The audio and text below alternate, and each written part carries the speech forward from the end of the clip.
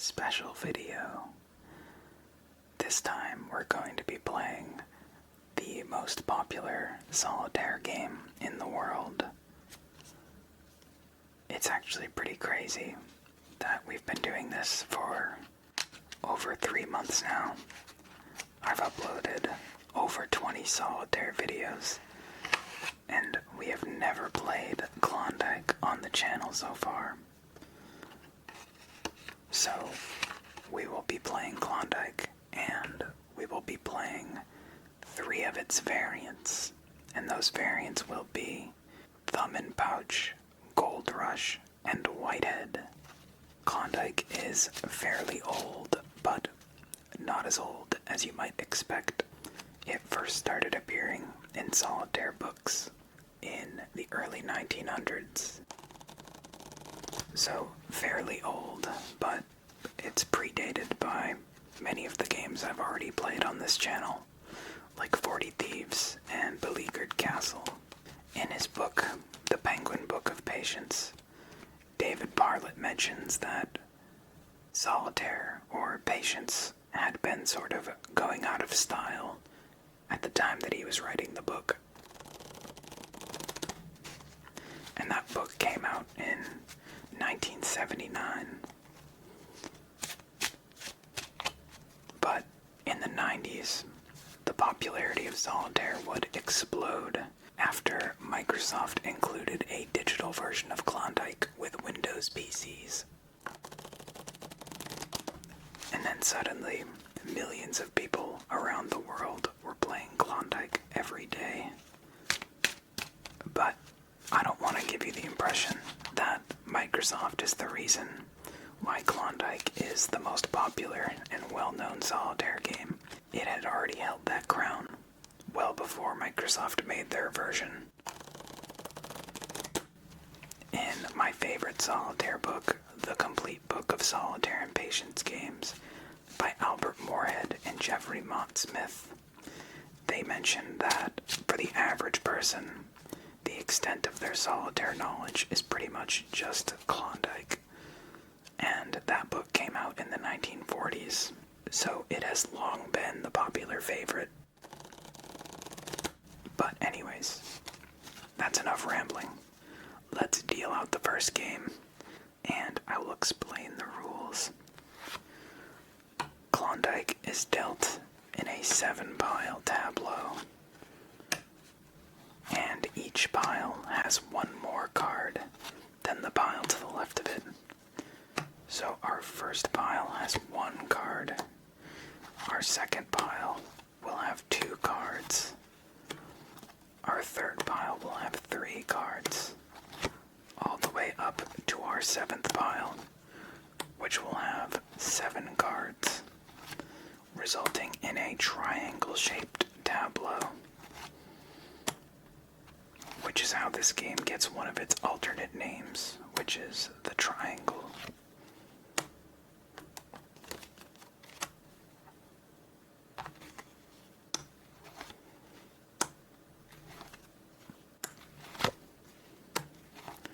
Now the goal of Klondike is to build 8 foundation piles up in suit from ace to king. We're going to be putting the foundation piles over here on the right side. So you start each pile with an ace, then you put a 2 of the same suit on top of the ace, then you put a 3 and a 4, and you go all the way up to king. So by the end of the game, you should have 4 piles with 13 cards each. This area here, where we've dealt all the cards, is called the tableau. And on the tableau, we stack in descending sequence by alternating color. So for example, we could move a black 8 onto a red 9, or we could move a red jack onto a black queen. You can also move sequences of cards. So for example, if we had a black 8 here with a red 7 and a black 6 on top of it, we could move all 3 of those cards together onto the red 9. A properly built sequence of cards can be moved together as long as they form a valid sequence at their destination. If you move a face-up card and a face-down card is left exposed, you can flip the face-down card to reveal it. And if you empty out a pile by moving out all the cards, only a king or a pile starting with a king can be used to fill the empty space. Now, once you've made all the moves you want to make on the tableau, you can start drawing from the stockpile. And there are many variations of Klondike with different rules on how the stockpile works. In some variations you draw one card at a time, in others you draw 3 at a time. In some variations you can redeal the stock as many times as you want. In other variations you can only redeal the stock a limited number of times. We're going to be playing by the variation that I think is the most popular modern version, which is that we will be drawing 3 cards at a time, and we will be redealing the deck as many times as we want. So I'll explain what that means. We draw cards from the stock 3 at a time and place them into what is called the waste pile. The top card of this waste pile is always available to be played either to the tableau or to the foundation. I've seen some people play by the rule that you can only play 3 cards at a time from the waste pile, but that is not a rule in standard Klondike. So if you don't want to play by that rule, you don't have to. So if I draw 3 more cards, and let's say I play all 3 of these cards, I could continue playing cards. You're allowed to play as many cards from the waste pile as you want, as long as you're only playing the top card. When you run out of cards in the stockpile, you can do what is called a redeal, which is just where you take the waste pile and you flip it over and use it as a new stockpile. You do not shuffle it, you keep it in the same order that it was drawn in. And you just continue making moves on the tableau, drawing from the stock, playing cards from the waste pile, and redealing until you reach a point in the game where you've either won or no more moves can be made, at which point the game is lost and you have to start over. That's it. That's how you play Klondike. So let's get started by moving some cards on the tableau. We're going to start by moving this 8 over here. That reveals a queen. We can move this ace of hearts to our foundation. And this 2 can go on the ace. And it looks like that's all we have for moves right now. So let's draw 3 more cards from the stock. Still nothing we can do. So we draw again. And we just keep drawing until we can do something. And here we go. We can play that ace to the foundation. Then we can play that 2 and reveal a new card. That 7 can be moved onto the 8, revealing a black 7. Nothing we can do with that. We want to look out for a black 6, so we can move that 5 to it. The ace of spades would also be nice to have. Let's draw again.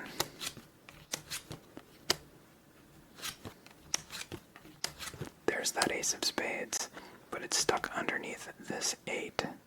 Now we might actually be able to get to the ace of spades. It depends how many cards we've played. I lost count of how many cards we played from the stockpile. If we played 2 cards, we'll get the ace of spades on our next redeal.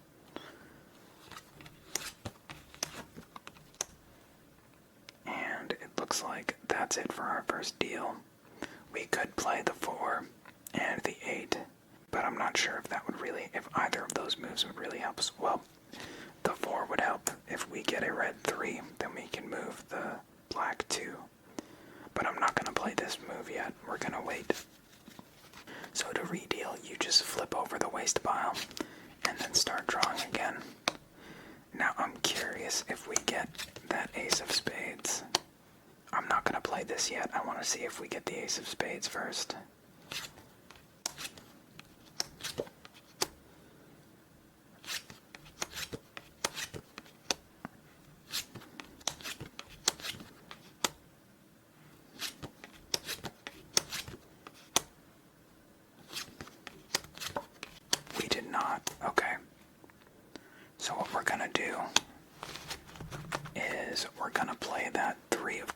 times. Right here. And then instead of going through the whole stock again, we're just gonna, start from the beginning again.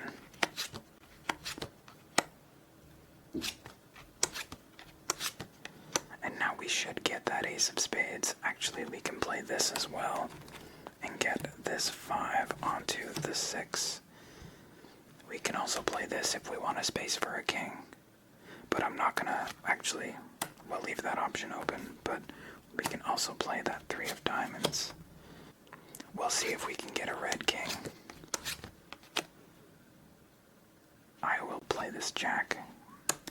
We'll see if we can get a black 10.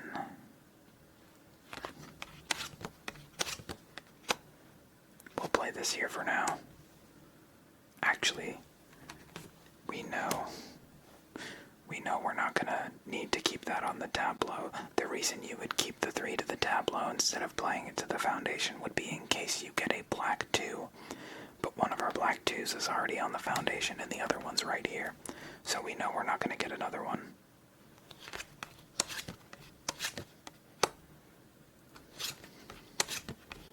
And there is our ace of spades. Now I really wish I had somewhere for this 2 of diamonds so I could get this red king. But we might get the red king on the next redeal. Now, we played more than one card though. I don't think it's gonna come up. But we can't do anything about it, so. Okay. I'm still gonna wait on this. Actually, the other black 8 is right here, so there's no reason to wait on that one. We know where the other one is. Okay, let's go again.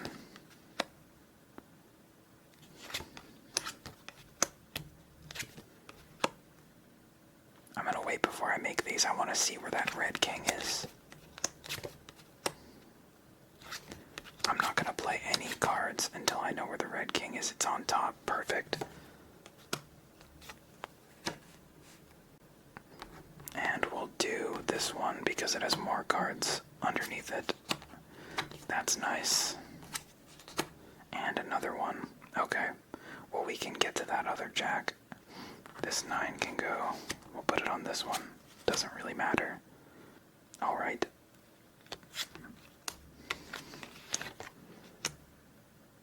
So we can get rid of this.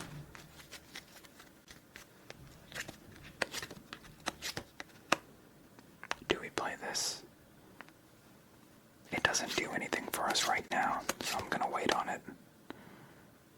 Now we can play this 4 and this jack.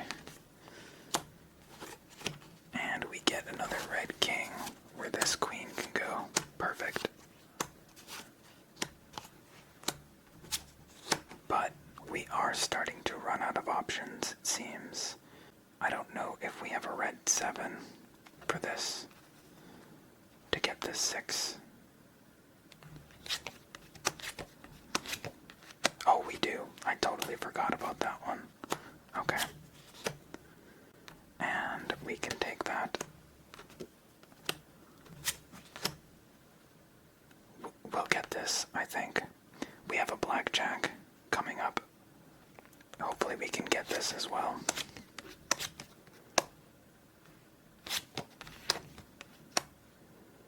Oh, we have one right here. Perfect. Now I don't actually know if this 10 is going to come up on the next deal. We're going to have to see. But for now, we can do this.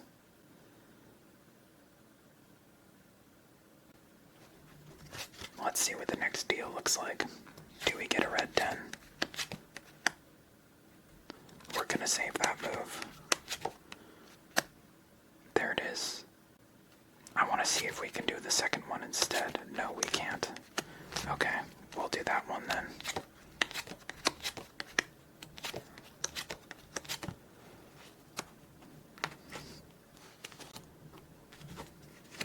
Okay, that's nice. Ooh, this first game is looking pretty good. I think we might have won our first game of Klondike, and that is is exciting because this is not an easy game to win. Oh, we did. That's awesome. So the win rate for this game, it depends on, for a computer that knows where all the cards are, it is estimated to be about 80%, but for an actual human player, they're not going to know where all the cards are, so that's not really an accurate number. But for a human who is playing with imperfect information, I think the odds are estimated to be more like 48% or something like that.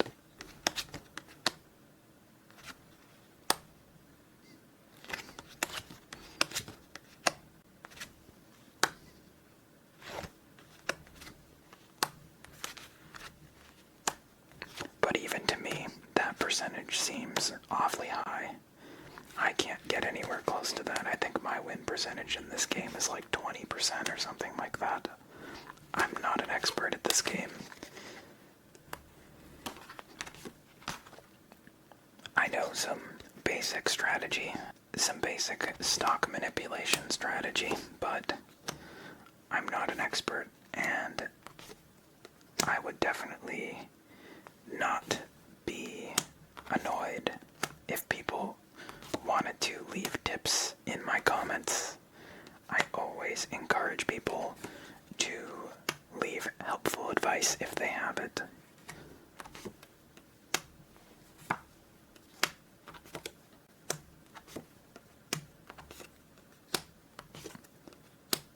As long as you're not rude about it, of course. But I'm always trying to get better, so.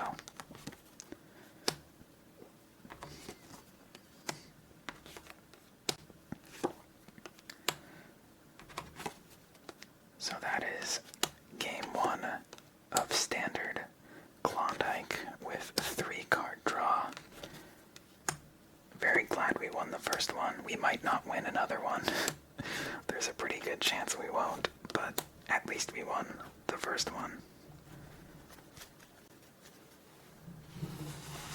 I can't really do that with this deck because this deck is kind of sticky. That's the best I can do. But you can see all the cards are in order.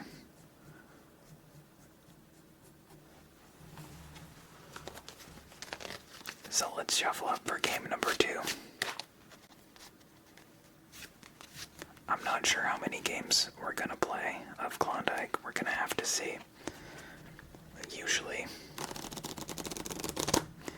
Usually for these special episodes, I do 4 games per variant. So we might do 4 games, but if they start to go a bit long, then we might not do all 4.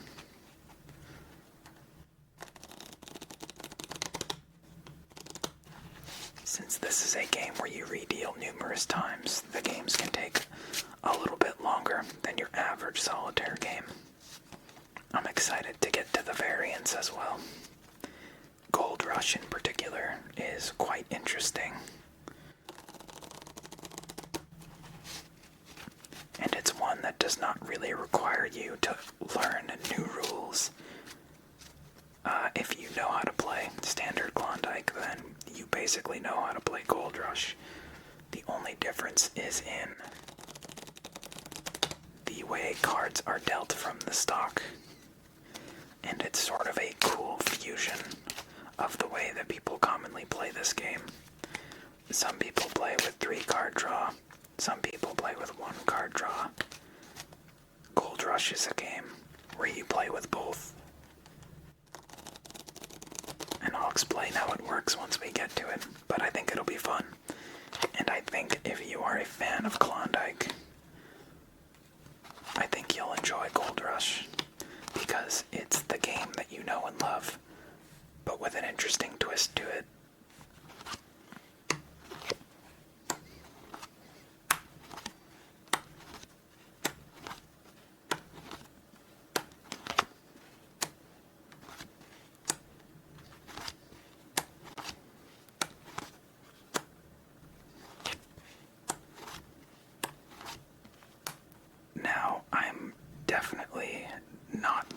person who has uploaded myself playing this game. There are many, many other YouTubers who play this game, and many of them are better at it than me. And the biggest thing, many of them are way better at organizing their cards than I am. My stacks are not very clean. I always admire Great Ape ASMR, one of my favorite solitaire YouTubers. His stacks are so clean, and I always wish I could get mine as clean as he gets his.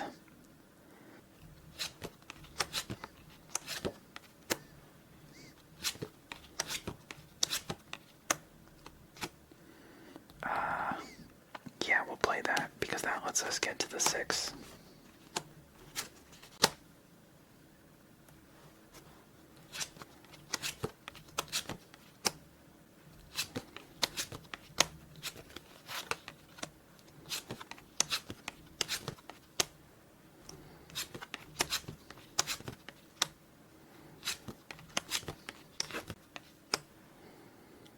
Okay, well, we're not going to get that. I think we drew 2. Or I think we played 2 cards from the stock.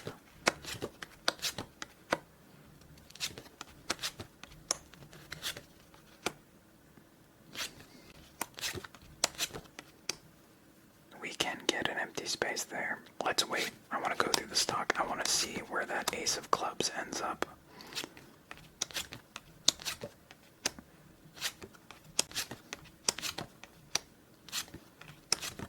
There it is.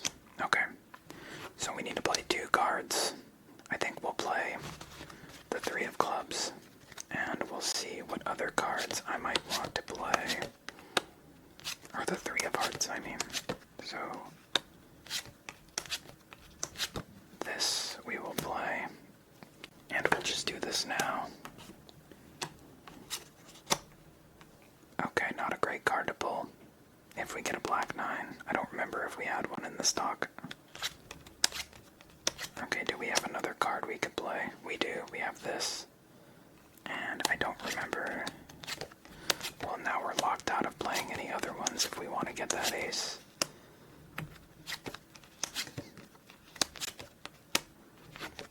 Okay, so now we redeal. We should get the ace.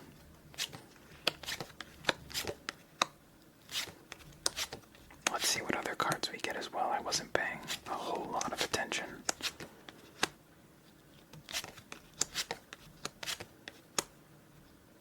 Oh, we could play this. I totally missed this. I was so focused on manipulating the stock that I missed the obvious move. And then once we get the ace, we can play that to the foundation and then move this 2 over. We have this move as a potential one if we need it. There's our ace. And we play this. The 2 comes over. Oh, that's nice. That's exactly what we needed to get that card. Okay. Not a whole lot we can do with that until we get our ace of spades, which is stuck here at the beginning. We don't know where our other black 7 is, so we'll wait before we play that. If it shows up in one of these piles, we'd rather play it from there rather than just playing it from the stock. It's at the back of the stock, so if we ever want it, we can always get it. We're not going to play this yet. I want to wait until I have somewhere for this 9. If we play this now, it'll just get replaced by another card, and that will make it harder to get to the ace. It'll get replaced by that jack, which maybe we want the jack. I don't know. We'll see.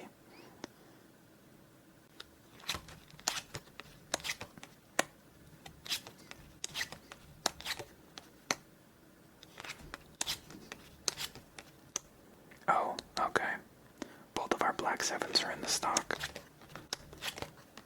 So there isn't really any need to save it.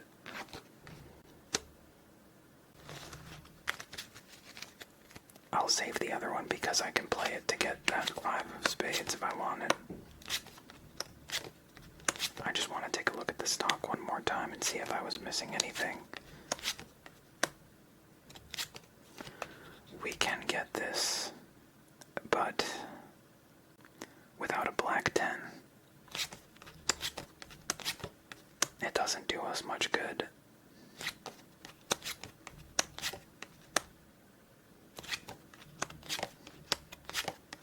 Oh, we do have a black 10. Okay. Oh, but it's... the black 10 will come. Okay, let's play that. We play that now. Black 10 is the last card in the stock, which means we'll be able to get it regardless. Now we play this. I should have played the 6 instead. That's okay. Let's play this now. No, I can only play one card or I won't get the red jack. I can play 3. That works too, and gets us this 10.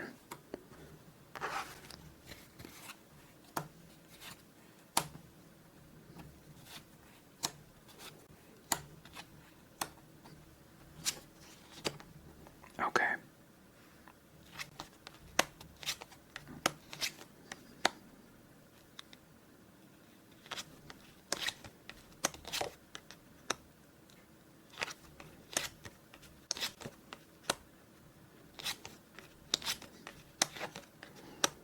Thank God this is the last card in the stock.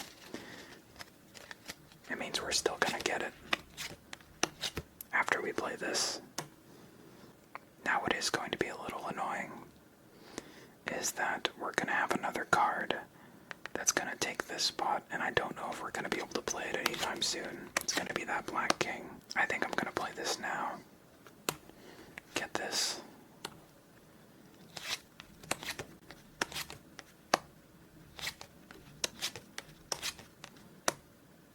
I don't know if we have the red 4 that we need. Okay. We move this over.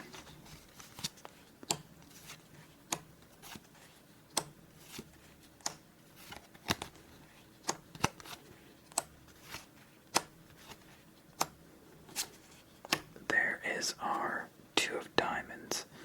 We can move that over here. Oh, nice.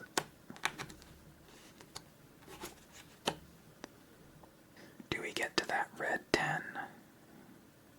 I hope we do. I didn't count it, so I don't know if we get it, but I'm really hoping we do. There's the black king. No, we didn't get the red 10. That might be it. Without that red 10, I don't think we can do anything. We need to clear a space for that black king. But I don't think we can. So what I think we're gonna do, I think we're gonna do something a little controversial. We're gonna worry back this 4. My rule for worrying back, which is, if you don't know, that is the terminology for moving a card from the foundation back to the tableau. My rule for worrying back is that I will try to avoid doing it unless I have no other way to proceed. And at that point, I didn't have anything else I could do except worry back that 4. But we got a 4 here. Now we can play that black king. And let's see what lies beneath this queen. Ooh, that's a big card. But we still need that ace of spades. But we can still do this.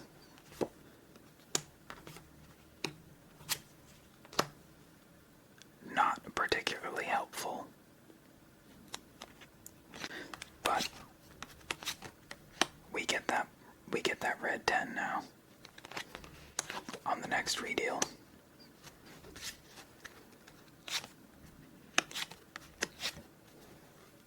Not that it really helps us very much now. Actually, maybe I should have waited to play it.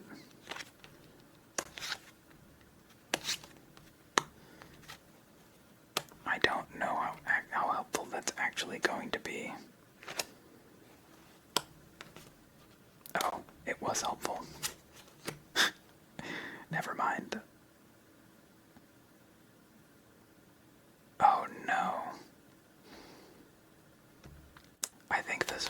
is going to be in the way, and I think that's going to cost us the game. Yeah.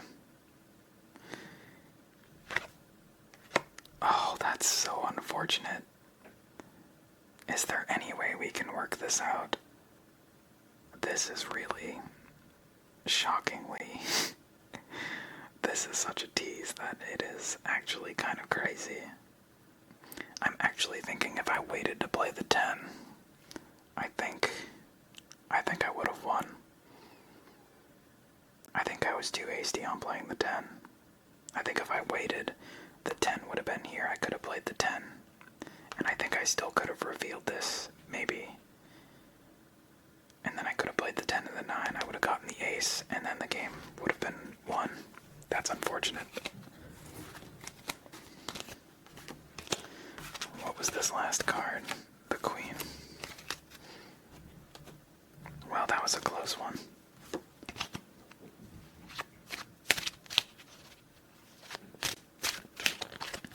But that's what happens sometimes. The 3-card draw. Sometimes just takes victory away, snatches it.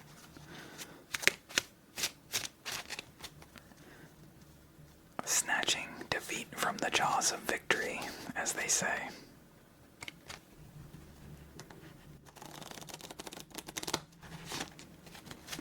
So I think we're probably only going to play 3 games of Klondike, rather than the 4 that I often do in these special episodes, just because these games take a little longer than my average solitaire game. And I think that's just because you end up going through the stock so many times that the games take quite a while.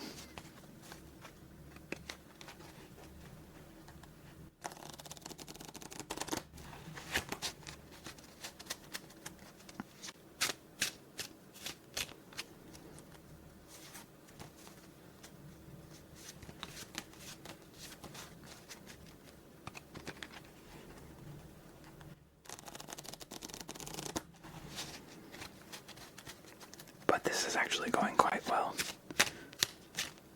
Both of our first 2 games went really, really well. Like, we lost the second one, but it still went great. Like, 1 card separating us from victory. Like, that's still a much better game than average.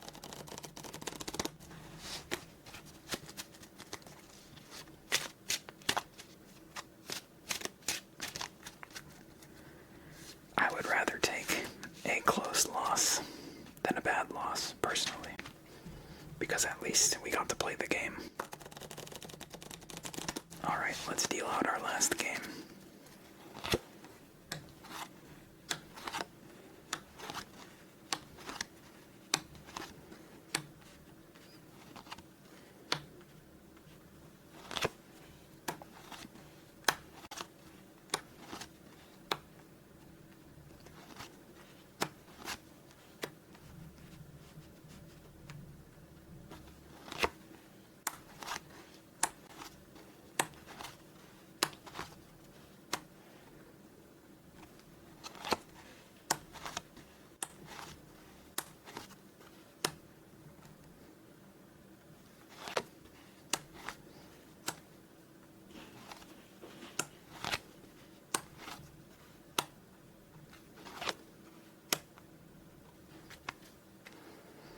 And our draw.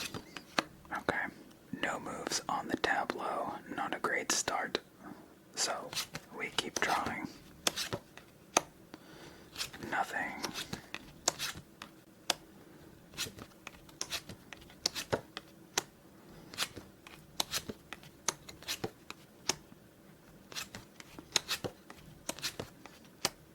Okay, we do get a move. We'll play it. Finally get a card on the tableau. And we can get some more. See how this goes. But it looks like that's all we get. We're gonna wait before we play this. There's no immediate benefit to it. We're going to want to play it on the next redeal, actually, so we can get that ace. We'll get that ace as well. Okay. Okay, actually, I just realized that it's not going to work like that because we're not going to get that card on this deal. We need to play another card. I sure hope we have another card to play.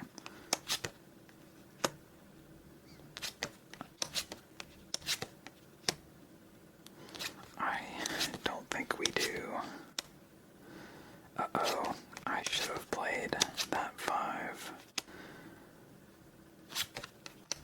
Well, it looks like we are blocked because, oh wait, no, we are not blocked. Not quite. Although I think we still are. I still don't think.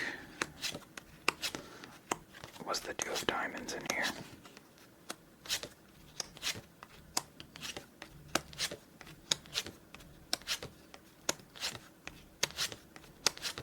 It was. Oh, perfect. We get the ace of clubs then. Oh, but then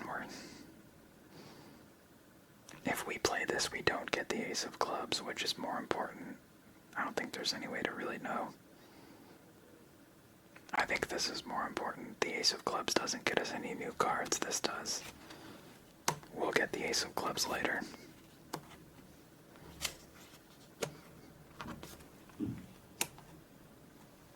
Okay. I had to stop playing for a little bit. I really hope I don't forget what I was doing. I do not remember what the state of the stockpile was at all. I think we're getting this on the next deal, if I remember correct. We'll leave that 3 there for now. We can get it whenever we want. It's at the back.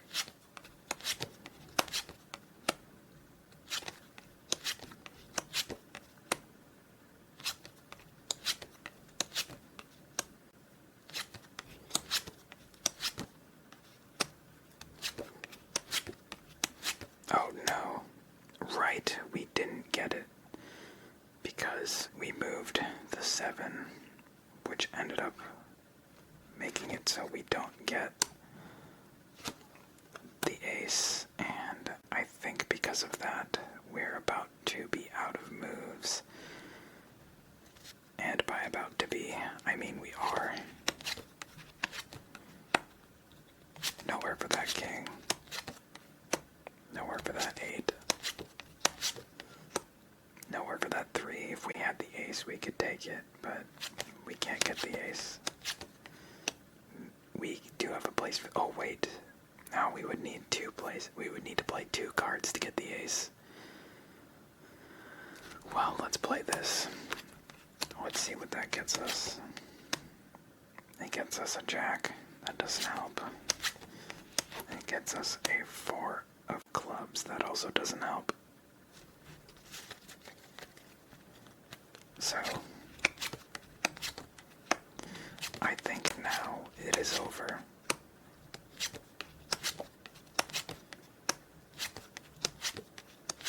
There's the jack. Nowhere to put it. And then we get the 4 of clubs. Nowhere for that.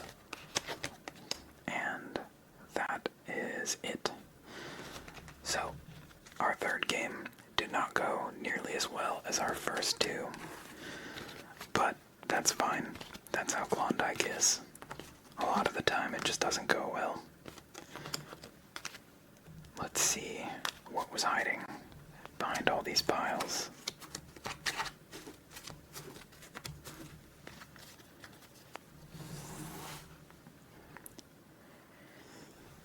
Ace of Hearts would have been nice.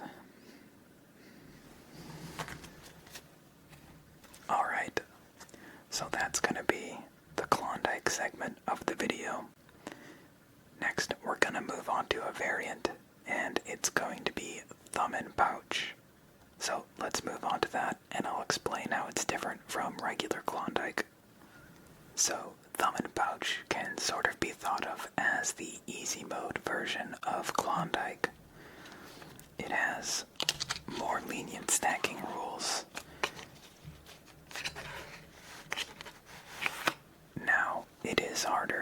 the sense that there are no redeals, but you won't need them because the game is just generally easier.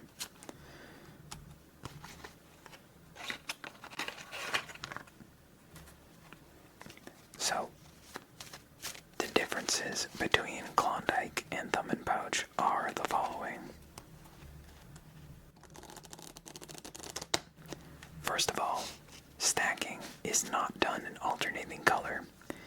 Instead, it is done by any suit except the same suit.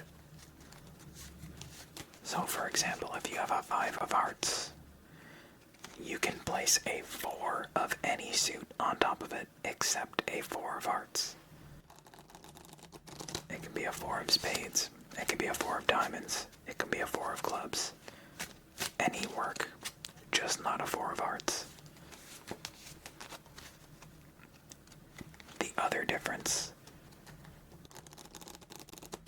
is that any card can be placed in an empty space.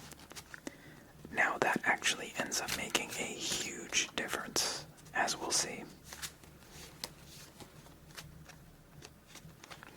The stock is also drawn 1 card at a time, not 3. But if it were drawn 3 at a time, you would definitely need some redeals.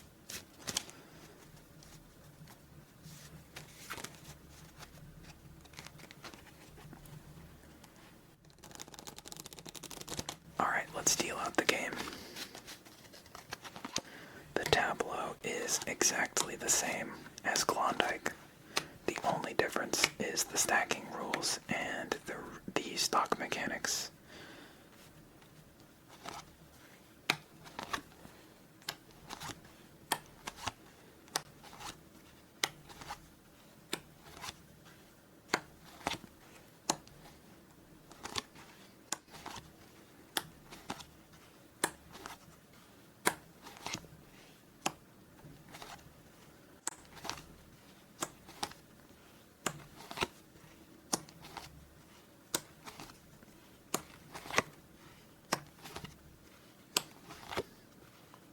So, let's begin with our first game.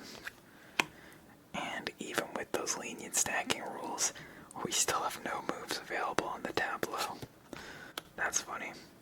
Okay. We get an ace. And another ace. And we can take this now. This can go here. Remember, reds can go on reds now, as long as they aren't the same suit. And let's do this. We'll start working on the biggest pile. Although maybe moving a king to an empty space isn't a good idea, because now we can't use that empty space for anything else. Here, let's do this 5 of hearts instead, because that's most likely to get scooped up to the foundation at some point.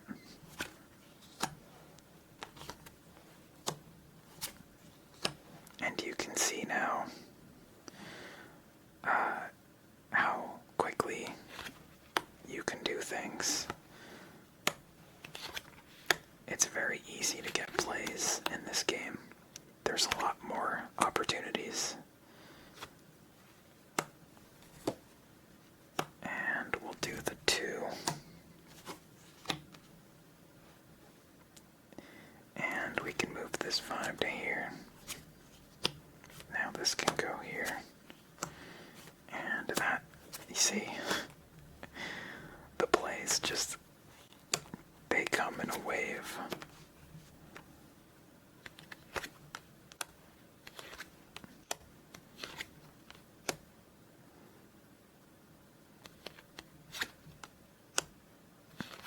This is a lot of cards with no plays though. Okay, there we go. We'll do the 10.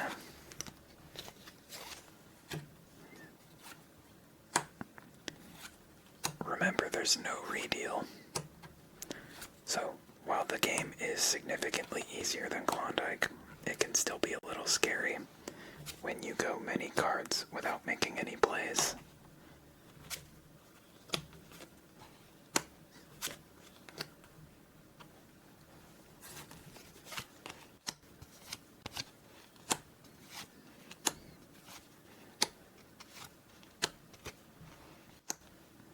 let's do the 9.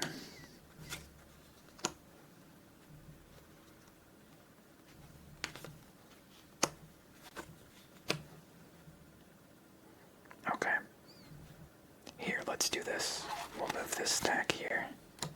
We can't move this 8 to the 9 because it's the same suit, but we can transfer this 8 here over to the 9, which opens up this 9 here. Now we can move the 8 there, and now the 7 can go over.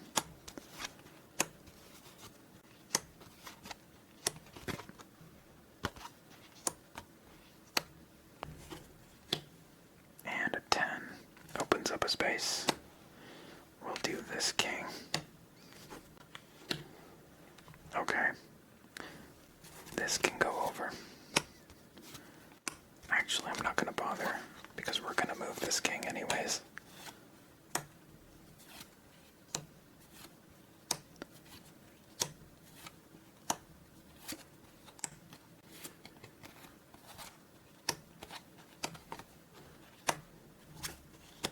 There is our ace of clubs. And look at that. We already have all the cards on the tableau revealed. Which means our ace of diamonds is in the stock somewhere.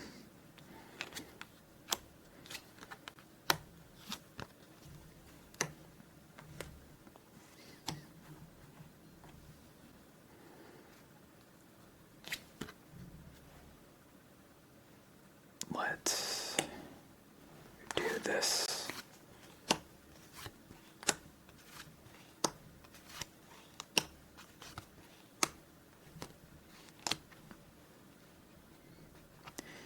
Now I could do the same thing with this 8, but instead of going through that effort, I'm going to wait until I actually have to do that.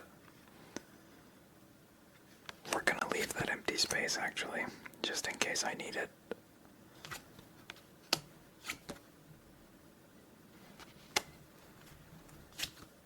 We'll put this in the empty space, just so we don't lose it. Okay.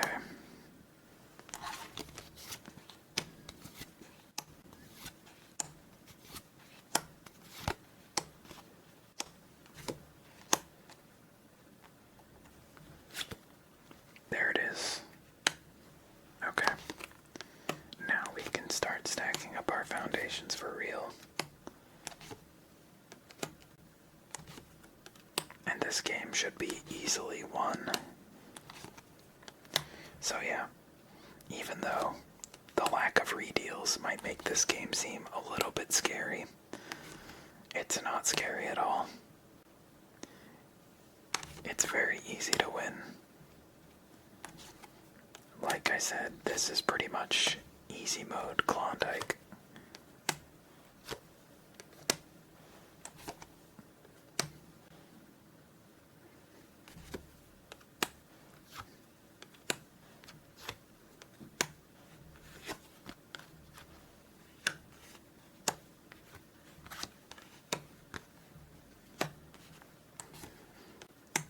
So yeah, our first victory.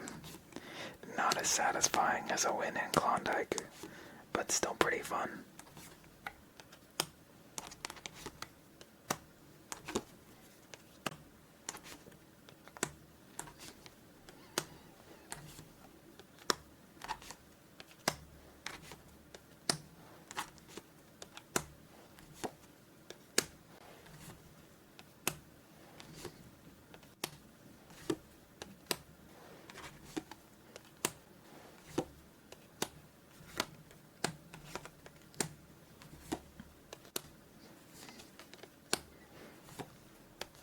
Go.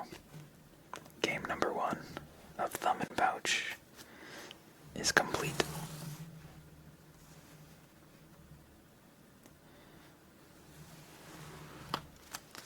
Let's shuffle up for a second game.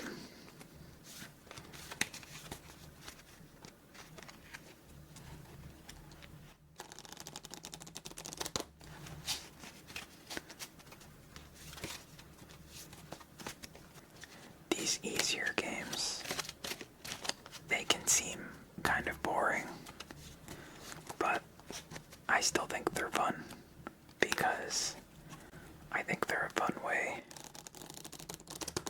to sort of lightly occupy yourself. I like to play easy games like this when I'm listening to an audiobook or watching a YouTube video. For some reason, I just like having something to do with my hands while I'm listening to something. And games like this are perfect for that. Alright, let's deal our next game.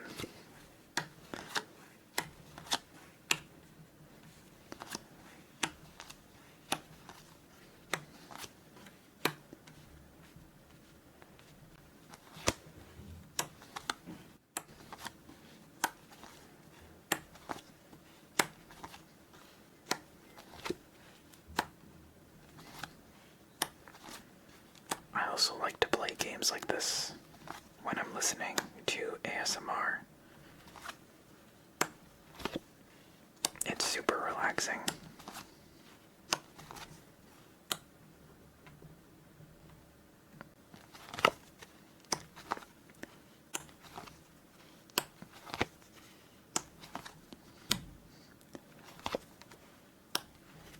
Alright, game number 2 of Thumb and Pouch.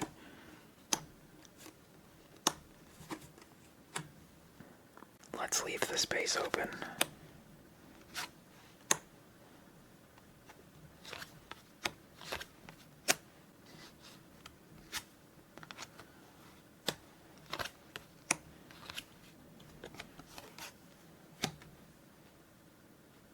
I guess we'll play the 10 and we'll move the 9 to it. Hopefully we'll get, oh, there's a queen, and if we get a jack, we can move that to it. Let's do this.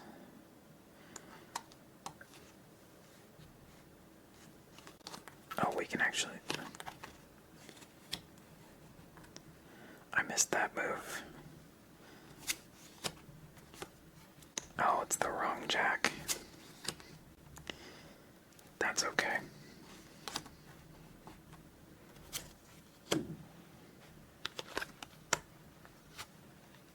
Okay, we finally get a 3. We can move that 2 too. Nope. Not that 7. That's the wrong one. We can move it to this 8 though. Let's move it to the empty space first.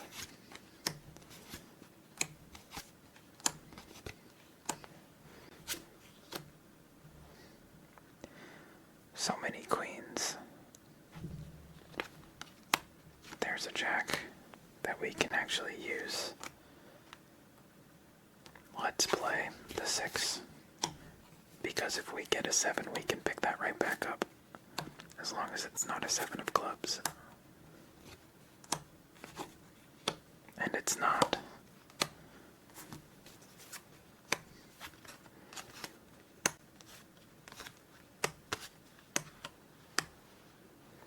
Let's do this king. And this 8. That works. We'll leave the empty space in case we get a 9. Oh, I just realized we can play this. We'll put this here instead. And now if we get a 9, let's move the queen. Because now we just need a 9 and we can play either of those 8s to it.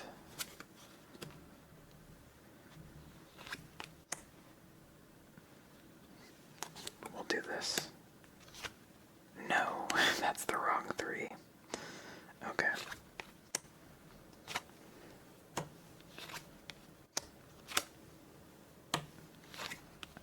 Where are these 9s that we want?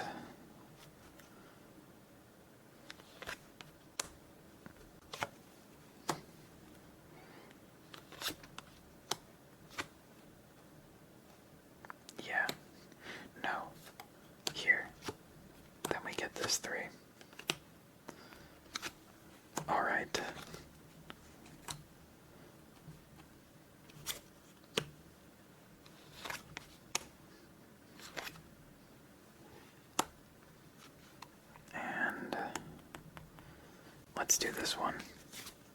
Instead of playing from the stock, I want that empty space. Do we leave it or do we play the 6 to it now? Let me see what this next card is. Let's play this.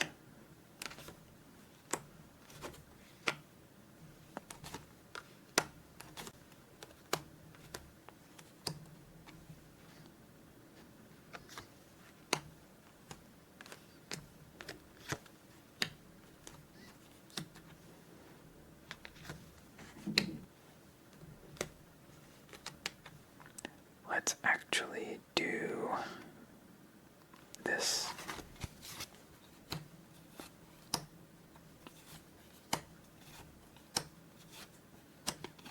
Well, let's see what this next card is. Oh, nice.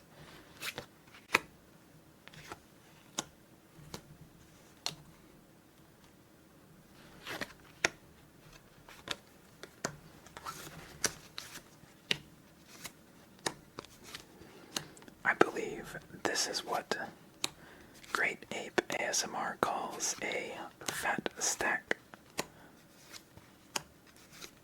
Except this is thumb and pouch, so making a fat stack is not nearly as difficult.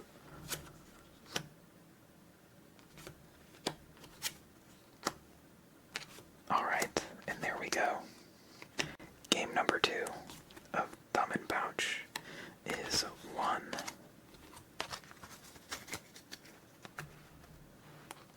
I imagine we're probably going to win all the games of thumb and pouch we play. I'm not sure how many we'll play. These are going much faster than the Klondike games.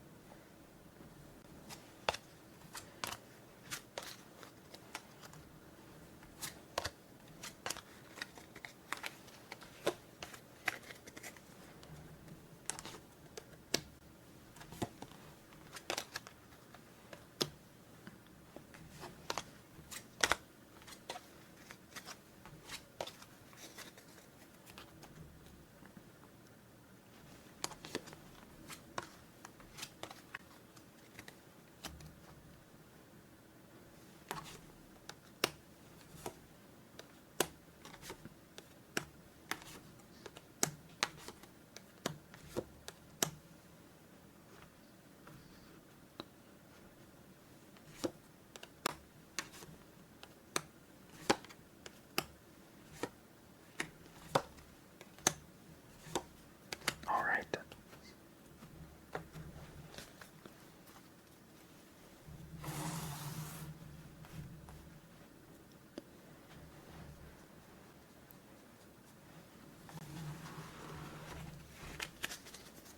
I think we'll probably just do one more of thumb and pouch.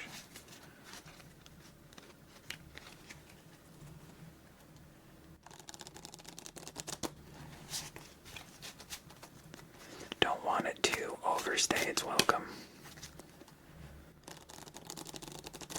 But I really want to get to the next game, which is Gold Rush. I'm really excited for that one.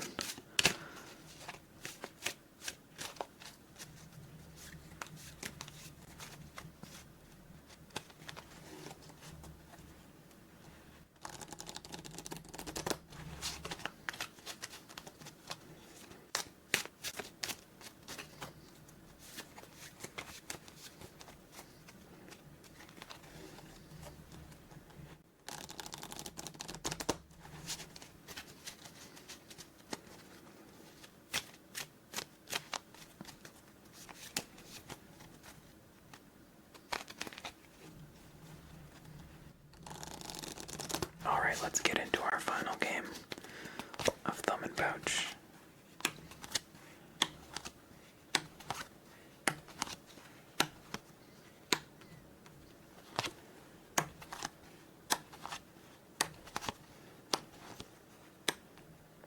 By the way, in case you're wondering, I know we're not even halfway through this special episode, but if you're wondering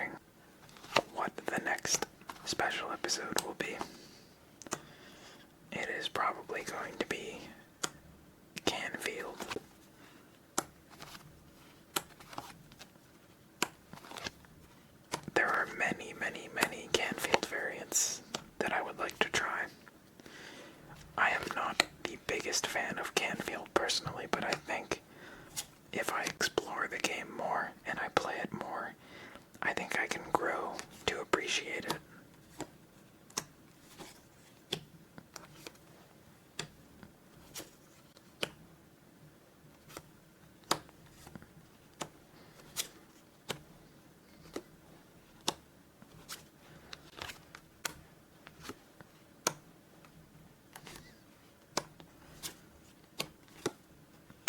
I know Canfield is quite a popular game.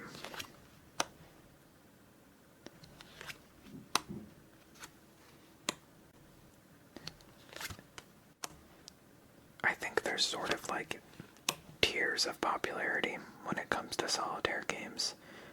There is the top tier, which would be Klondike, Free Cell, Pyramid, Spider.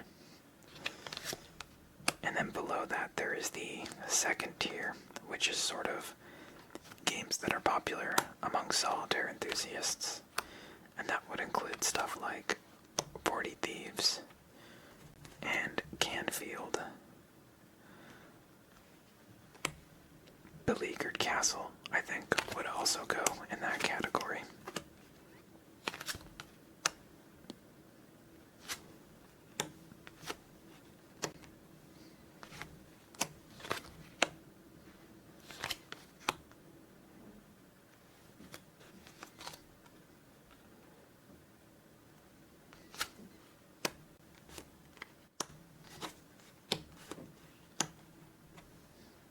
Let's play the 7 to one of our empty spaces.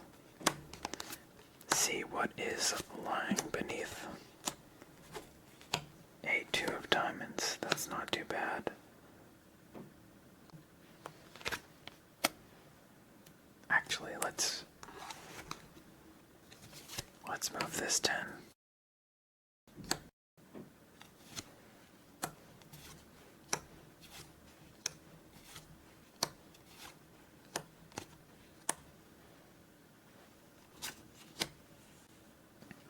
Let's see, take the 2.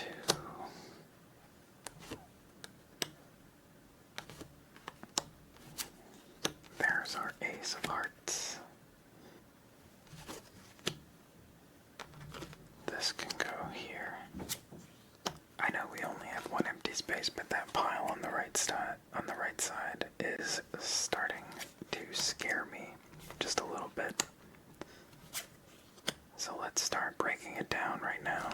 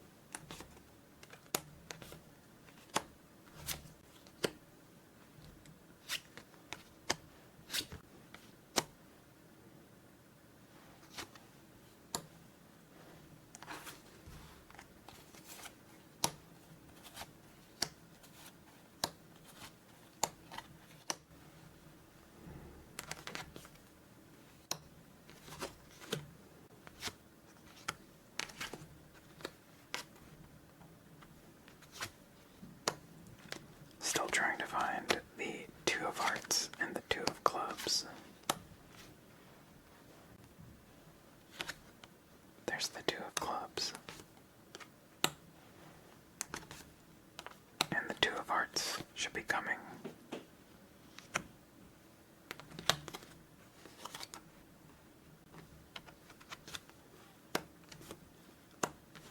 There it is. It was hiding on the tableau. And I think that should be pretty much it for the game.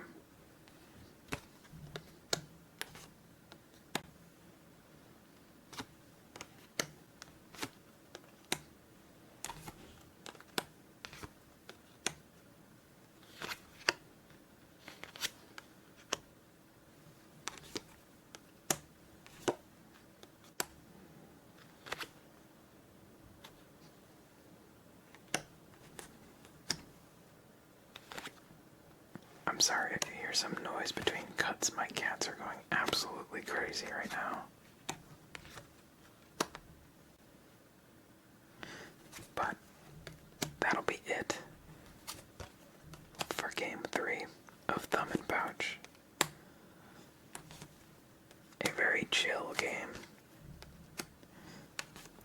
Nice and relaxing.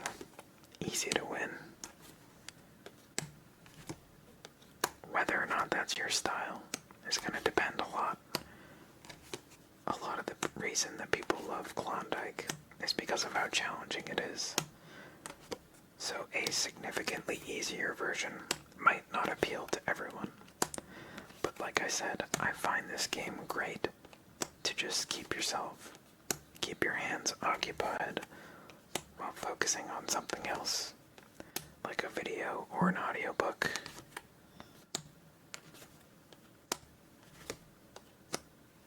That would be what I would recommend it to. Maybe even give it a try while listening to this video. I love to play solitaire games while watching Solitaire ASMR on my monitor to the side, because this is actually my play area. My computer monitor is right to the left right here, so it's like the perfect spot for me to watch YouTube videos, ASMR videos, while I play cards. Anyways, that's gonna be it for Thumb and Pouch. I hope you liked it, and our next variant is going to be Gold Rush. Alright, so Gold Rush is a pretty interesting variant of Klondike. In terms of the rules, it's almost identical to Klondike. The only difference is the way that the cards are dealt from the stock.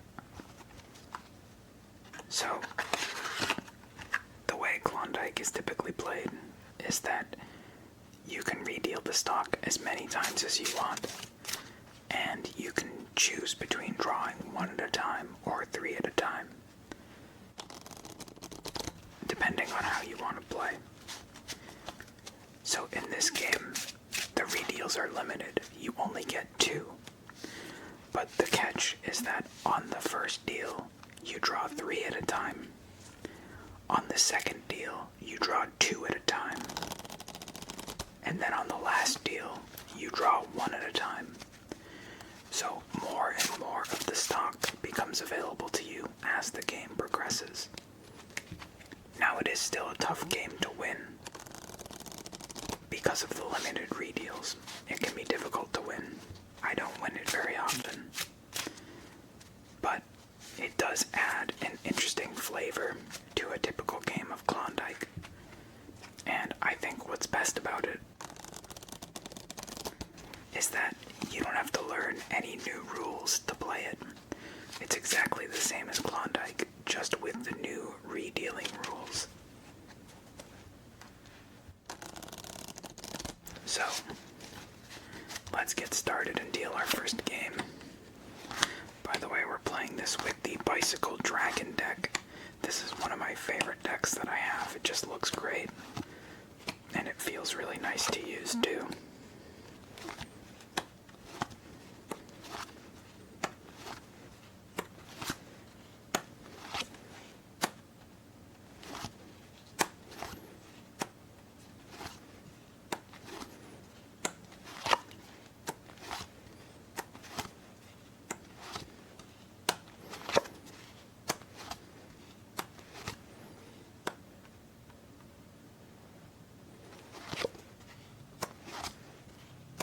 So the tableau layout is exactly the same as standard Klondike. Let's draw, and now let's make our plays.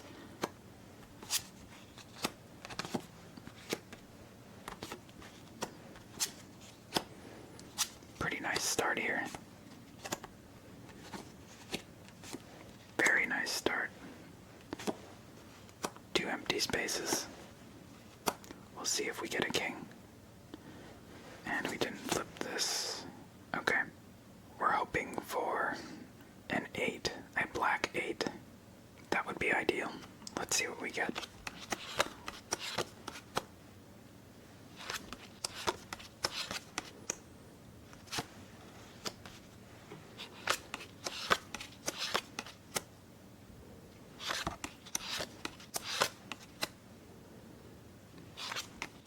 There's a black black 8.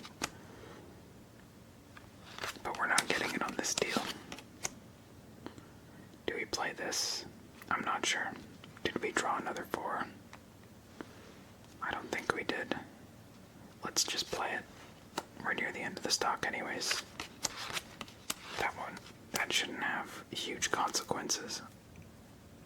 Okay, we didn't get much done on the first deal. Let's see how the second one goes. We draw 2 at a time now.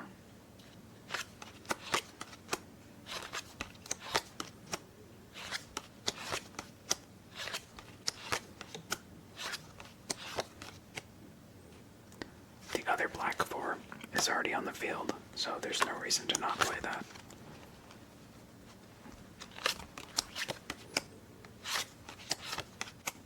Sure. We can take that. Unfortunately, we can't take this. And we didn't get that black 8. And we didn't get the ace of spades. So, this is our last deal. We draw by 1 now. But I don't think this game has much chance of winning. That 2 doesn't come until the very end.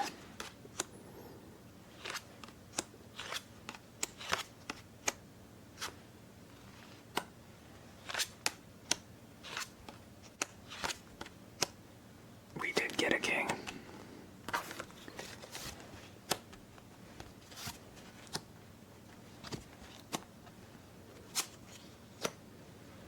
Okay.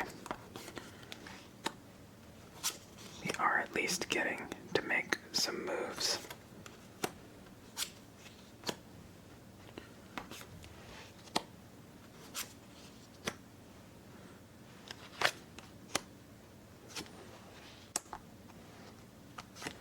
Okay.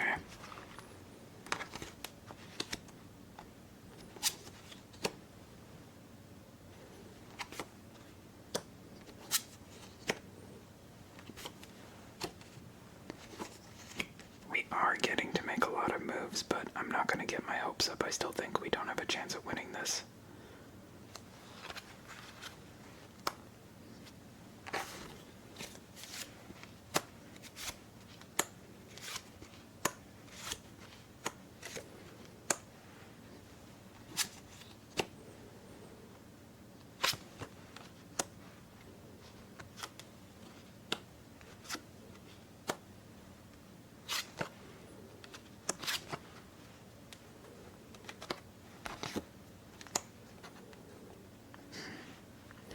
No 2 of hearts.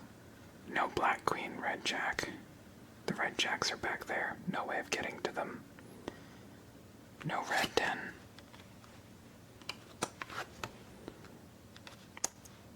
And that's it. We did start to get some more moves there at the end, but the first 2 deals were just so uneventful that by the time we got to do stuff, it was just too late in the game. Let's see what was waiting.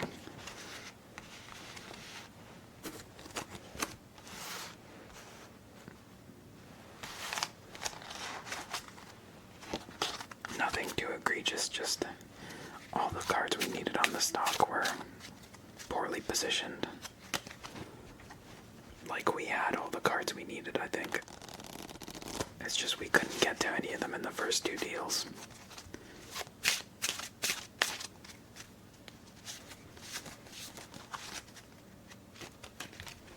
So that is an aspect of this game, and of limited redeal Klondike in general. You can't manipulate the stock as much, because the whole reason why manipulating the stock is useful in regular Klondike is because you can go through the stock as many times as you want. So you can hold off on making moves and then use those moves when it's more useful. But in this game, you can't do that. You can't really delay making a move if it's a really helpful move. Because you're on a time limit.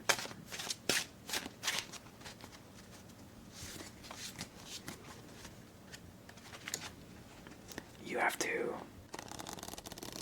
just assess the situation and say, what are the chances this is helpful to me? And make decisions based on that. It's a little tricky and a little more luck-based.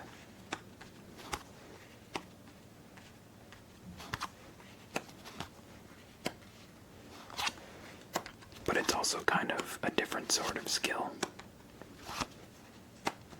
David Parlett calls it judgment versus analysis.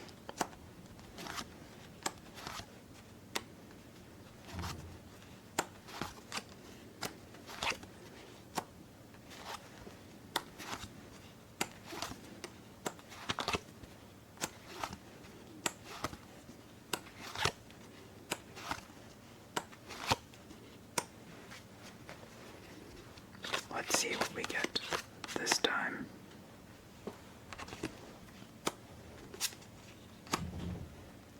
We'll take the jack, because if I get a red 10, then we can take the 9. Wait, no, that's wrong.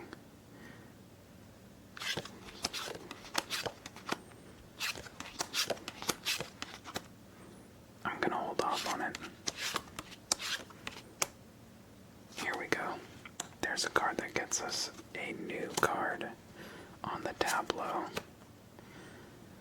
Okay, now we want a red 10.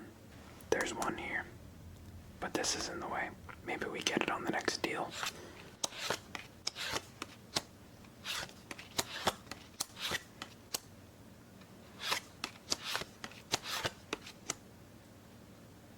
We will do this. Take the 8 and the 7. Now if we get the red 6 and the black 5, we can take the 4 and 3. Second deal, we draw by 2.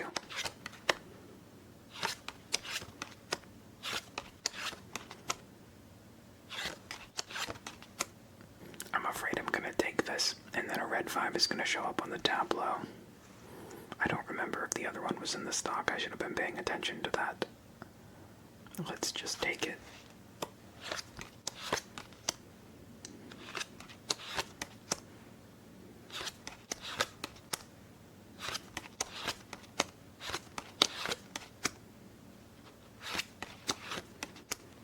And it looks like this is going to be another loss.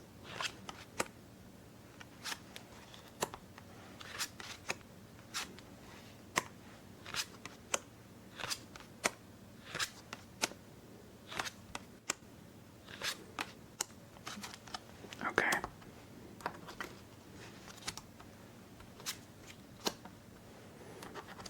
Once again, we're getting some moves right near the end on the last deal.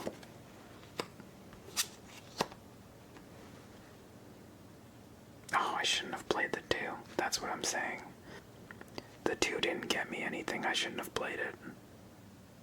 But I mean, I had no way of knowing I wasn't going to get an ace of hearts as well, so...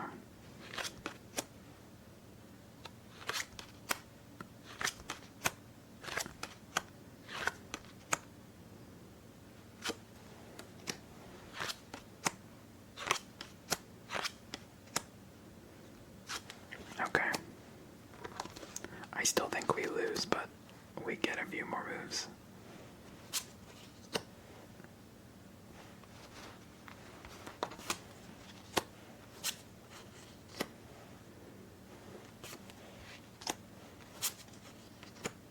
Okay.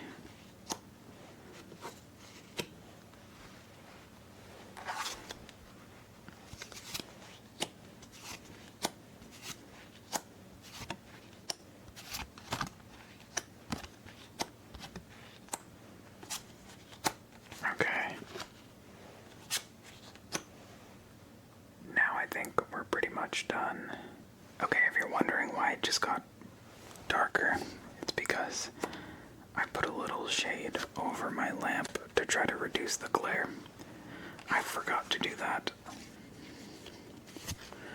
I was gonna start doing that from now on, but I forgot.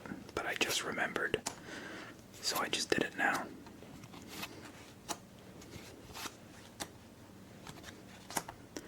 I don't know how much it actually helps. We will see. I think this game is over though.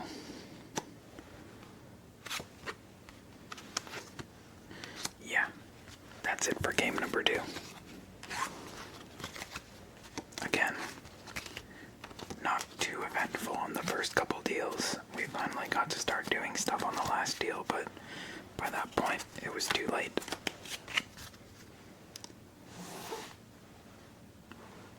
These would have been nice.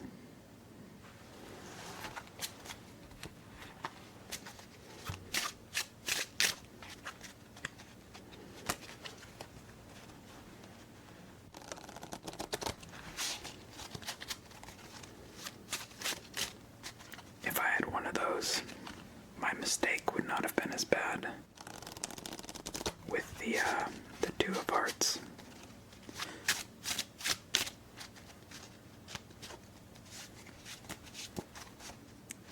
But no point in what ifs.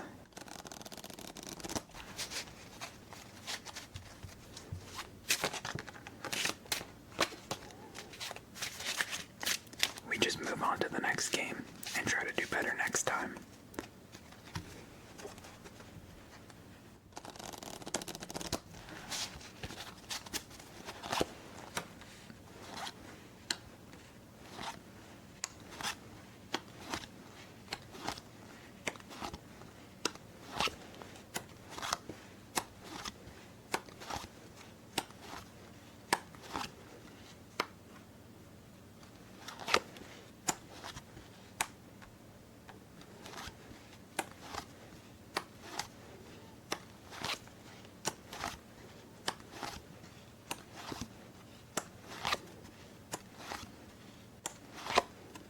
Whoops, I accidentally flipped that one face up. So we'll just do this. Okay. So let's get started.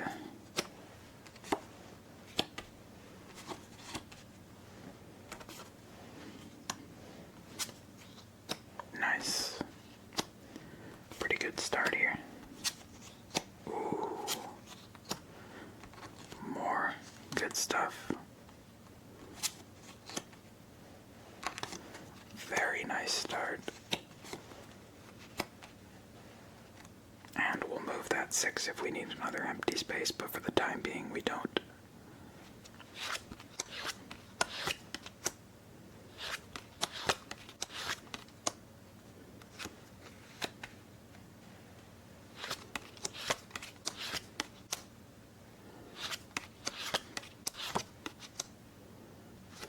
We might be able to get to that 7 of hearts if we get a 9 and then get this 8.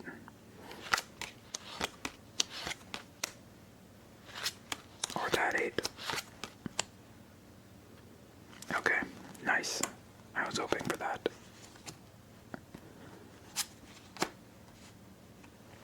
The 10 isn't too helpful, but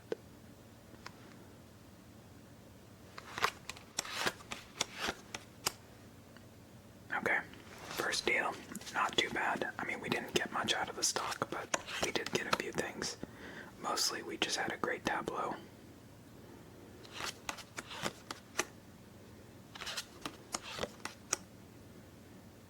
Okay, now we just need one of those 8s.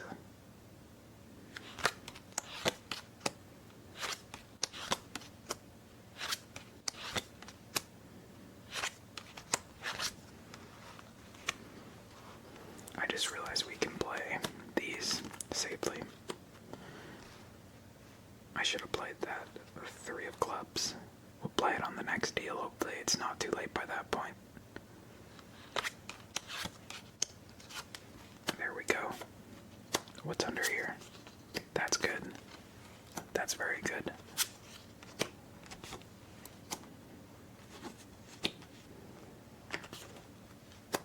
Good thing we didn't play that 6.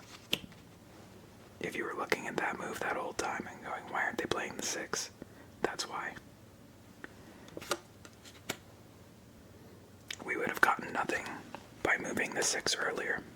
We don't need the space at all right now. It would have just taken up a spot for that 6.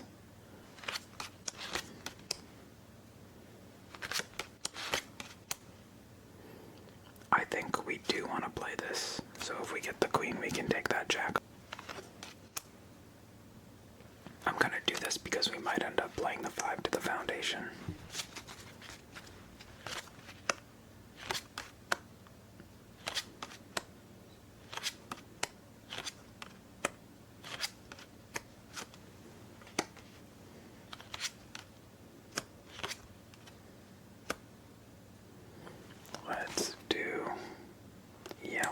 this. There we go. That's what we wanted.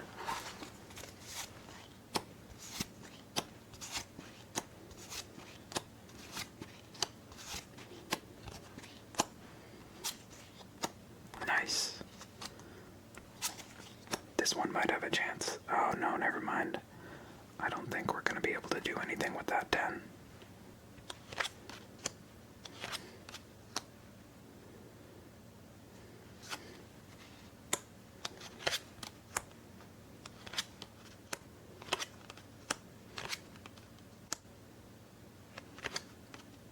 Yep.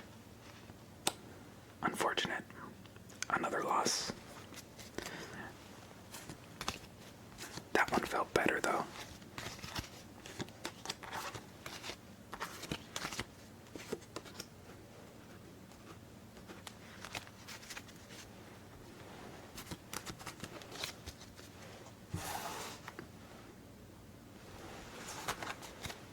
Alright. We'll do probably one or two more.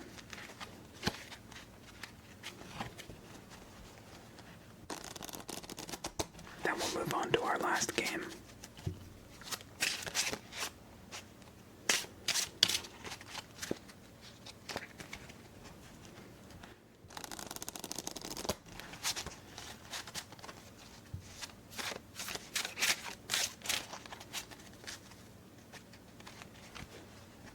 This is a tough one. I have won it before, but not many times.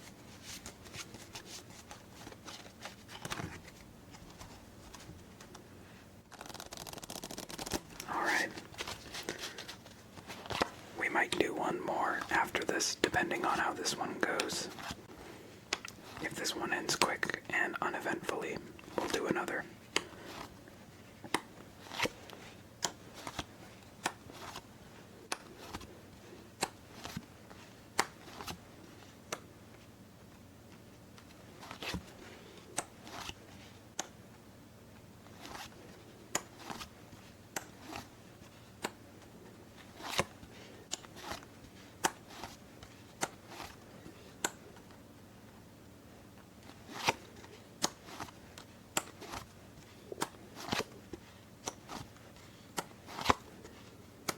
Okay. We've got a few moves.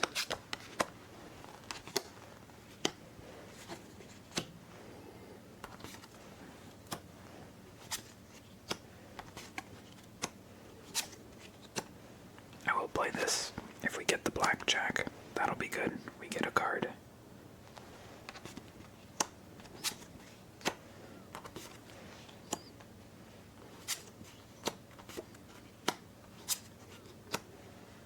And that's it for now. Oh, nice. We got it in our first draw, or our second draw, technically.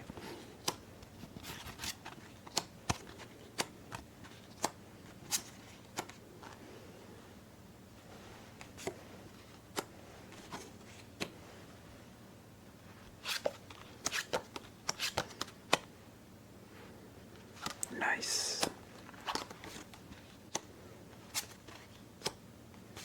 Another game that's going pretty good.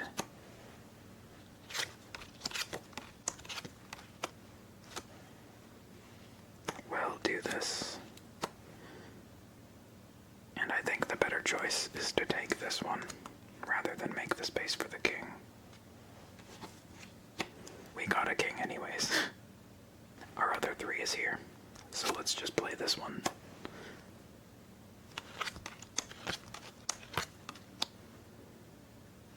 This can go straight to the foundation.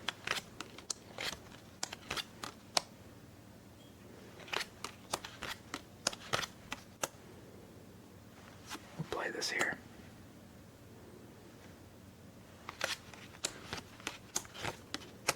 Alright, our first deal. Not too bad. We're going to deal number 2. Other black 5 is already on the field, so no reason to not play that. This can go to the foundation.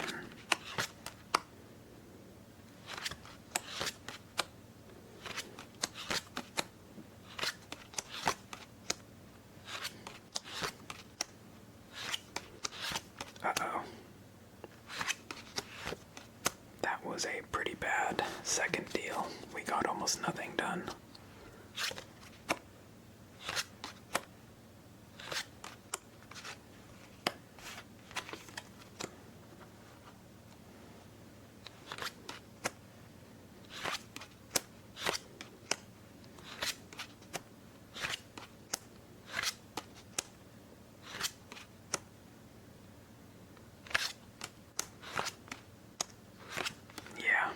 Misleading first deal. It actually seemed pretty decent, but then the other two deals were just no good.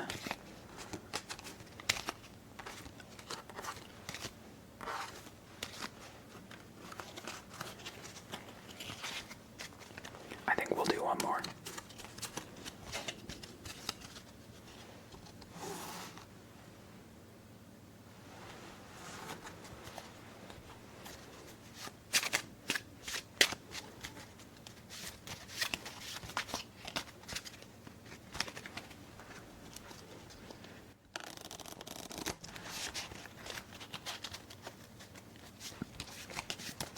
Alright, so this will be our last game. Really hoping that we'll be able to pull out a win in the final game, but when you're playing hard games, sometimes getting a session with no wins is just an inevitability. So we might, unfortunately, have to move on to the next game with no wins. We'll see how this last one goes.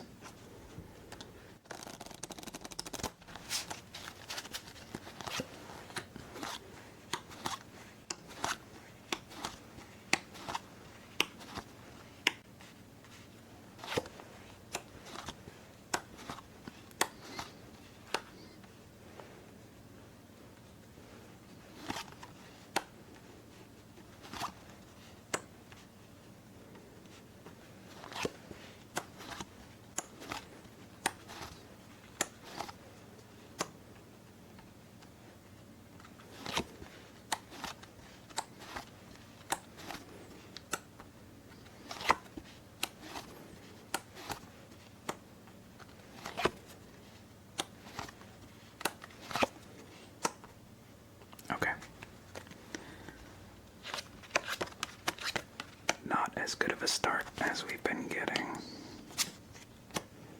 Or will it be?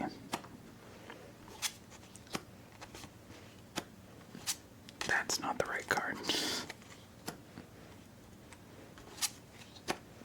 Okay, and we can make a space for a king.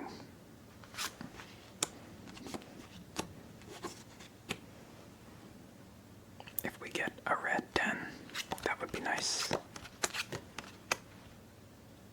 Let's do it. And we get this as well.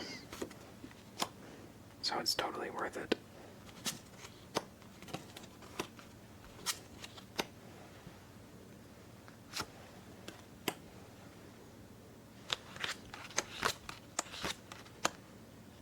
I think I will take it.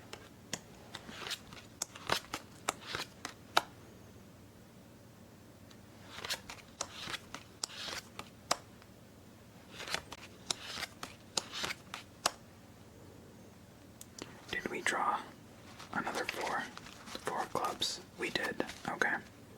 I'm just gonna take this then.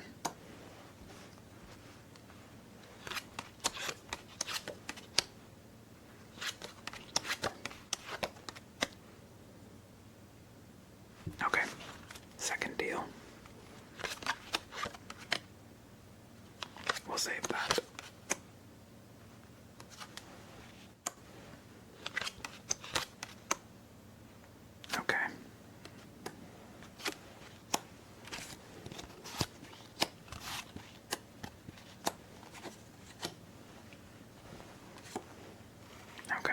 Another space for a king, but kings aren't super useful to us right now. Here, we'll play this. Now if we get the black queen, we can get a card. I don't remember if we had a black king in here, or a black queen in here.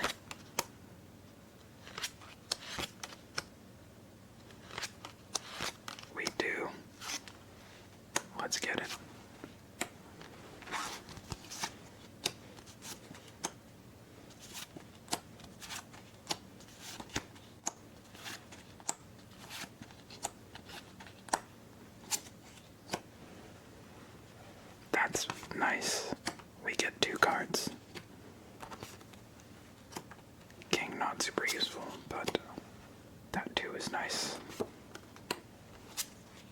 Nice. Unfortunately, that's not really the jack we want.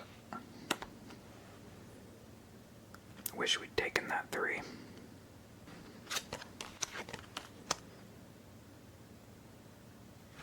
Alright, last deal.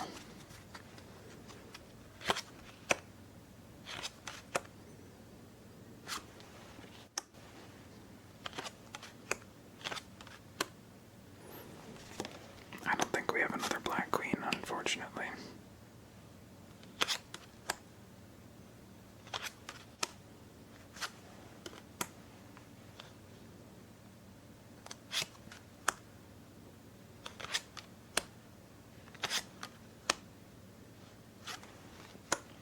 No ace, and that is it, unfortunately. No wins in Gold Rush. That's okay though, it's a hard game. But as always with hard games, if you'd like to see me play this again and try to go for a win, just let me know. I'm always willing to revisit games. I know I always play new games, but that doesn't mean I'm against playing old games. If there's a game I've played that you want to see again, just let me know in a comment. I'm always down to play stuff I've already played and give it another shot. But that's gonna be it for Gold Rush. We're gonna move on now to our last game, which is Whitehead. Whitehead is an interesting game. It's probably the most different of all the games we're going to play today.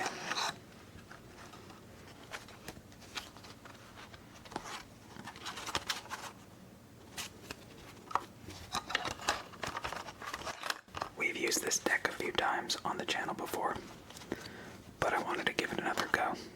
I love this deck, even if it's a little cheap and is kind of fading on some of the cards.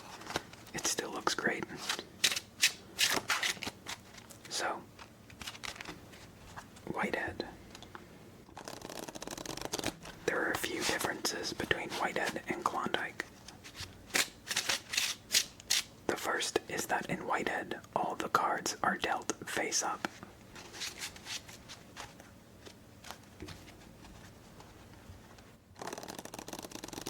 So there is more planning ahead and less luck in terms of not knowing where your important cards are. You can actually plan for them.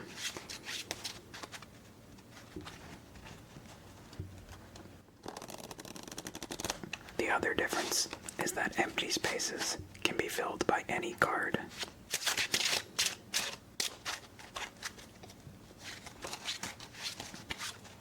But the last difference is the biggest one. I guess it's technically 2 differences, but they're interlinked. In Whitehead, instead of being stacked in alternating color, cards are stacked in same color, and they can only be moved as a group if all the cards in the sequence are the same suit. So, spades can be stacked on clubs, and clubs can be stacked on spades. But you can only move an entire sequence if all the cards in it are spades or clubs. So it adds quite a new element of strategy to the game.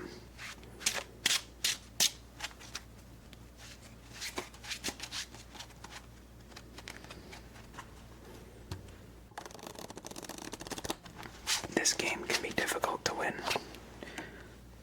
It is somewhat dependent on getting a favorable tableau, as Klondike is. It's just that normally you can't see the tableau, so it's not as obvious when you get screwed over by it. But in this game, it is apparently obvious when the cards you need are just buried under junk that you can't move.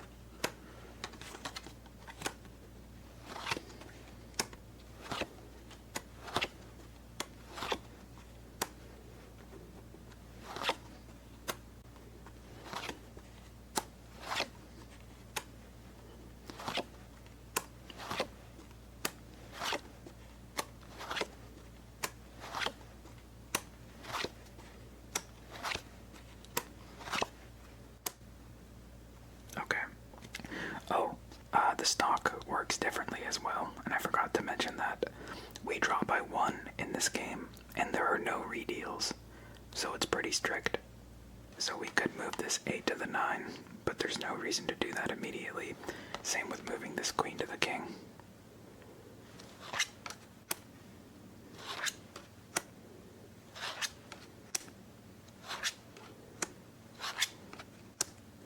Unfortunately, these are a lot of low cards to be buried right at the start.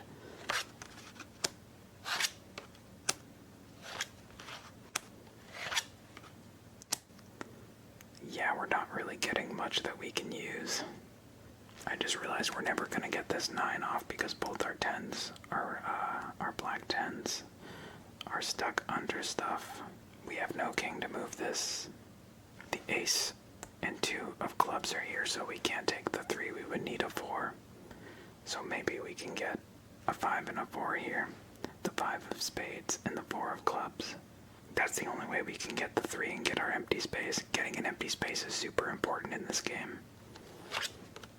Generally, in any game where empty spaces can be used for any card, they're usually really important.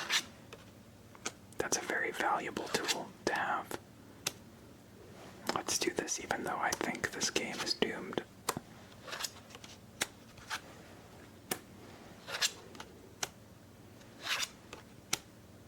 Okay, I actually see another avenue for us.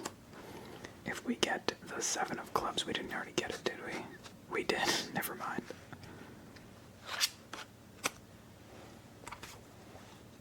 We need to draw the 5 of spades here. We did not.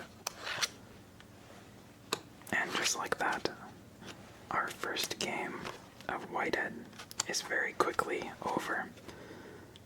Just making sure there's not any more moves we can make. No. So that's what I mean. We got an unfortunate tableau. We needed those 10s. They were buried under queens that we couldn't move. Or one of them was under a queen. And yeah, that's just how it goes sometimes. Whitehead is kind of tough, but it's not as hard as Gold Rush to win, so I'm hoping we can get at least one win.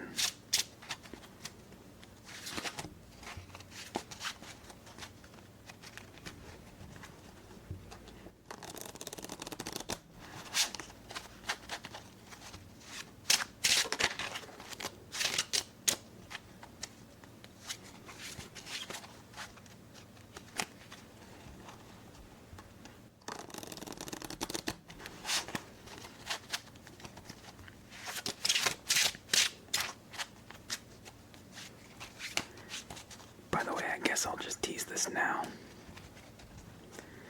My next video is not going to be a traditional solitaire game. It's going to be a solitaire game in the sense that it's a single player card game, but it is not going to be a patience game. I'm trying to broaden my horizons a little bit and get some more varied stuff on this channel. So we will be playing a different sort of single player card game in my next video. And I bought a few themed decks to go with it.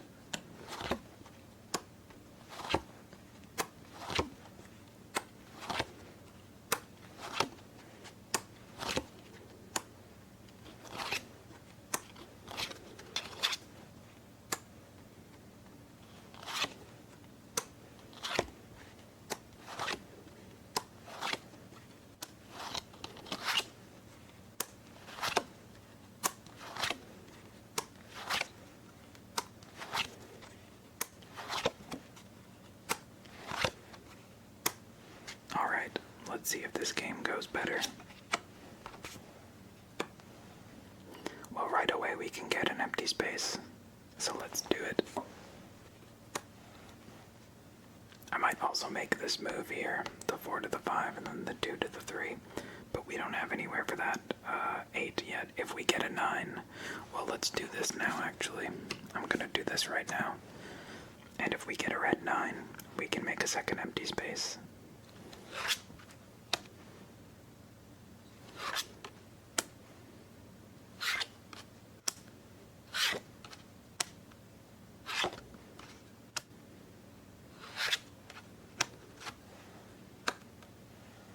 Ace of spades would also be nice. Let's do this. I'll make this move now. And we may as well make that move as well.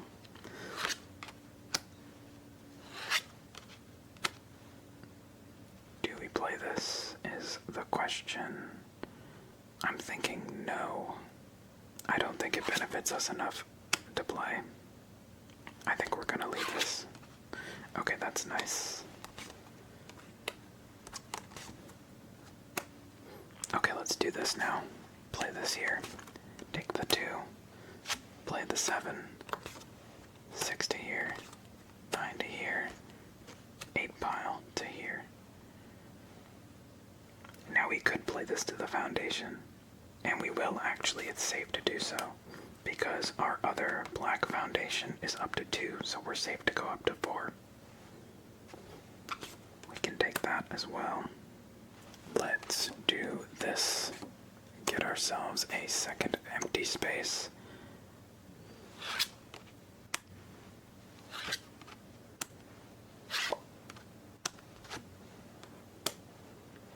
I really want an ace of diamonds and a 2 of diamonds. Okay, that's good. I think I want to make some moves. So I'm just gonna move like that, and then move this, and then move the 10 pile on top of it.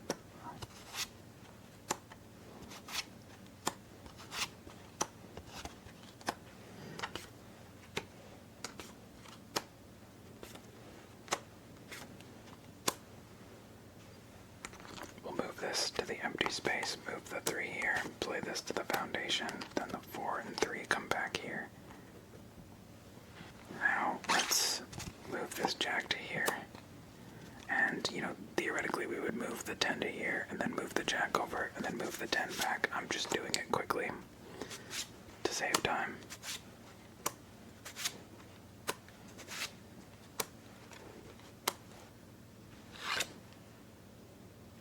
Ooh. I'm getting a little bit scared.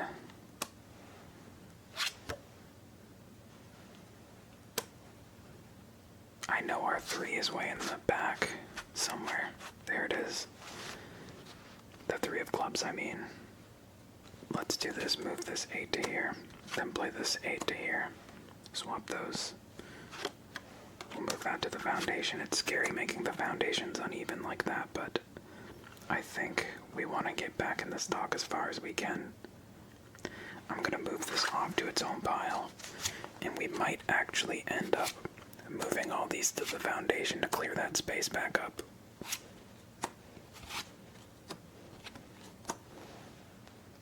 Move this here. We get our 3. We can move this to here. Now this goes to the foundation. We finally get this 6. Now what we would do is we would move this here, and then we would move the 10 on top of it. I'm gonna save us a little bit of time and just sneak the jack under like that. And then I'm gonna do the same thing with this queen, so we would move it here and then move that pile on top. But we're just gonna cheat a little. It's not really cheating, it's just saving time. Okay, this goes here, and we will do the same thing. That would go there, and then we would move the pile on top.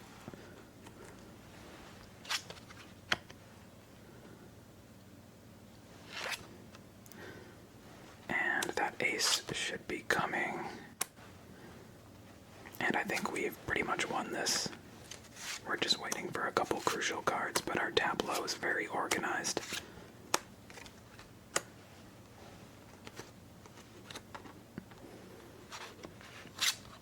There's the ace. And now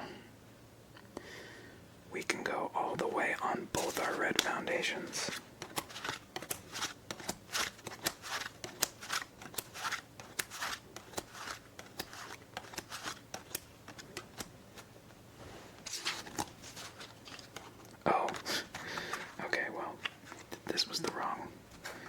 The suits were wrong for it, but you know what I meant.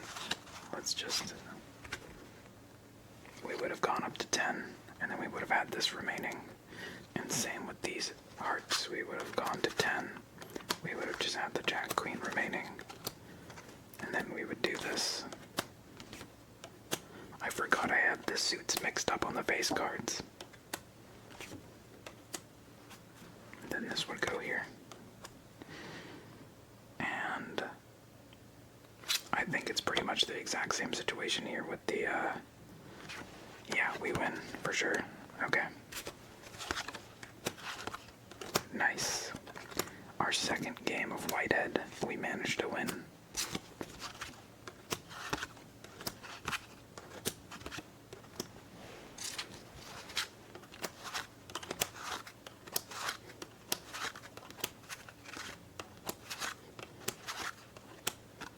Alright. Very nice. Now I have to try to do the spread, but I'm terrible at it with the plastic cards.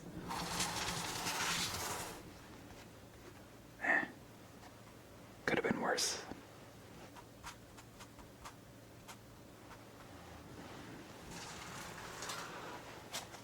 Alright, game number 3 for Whitehead.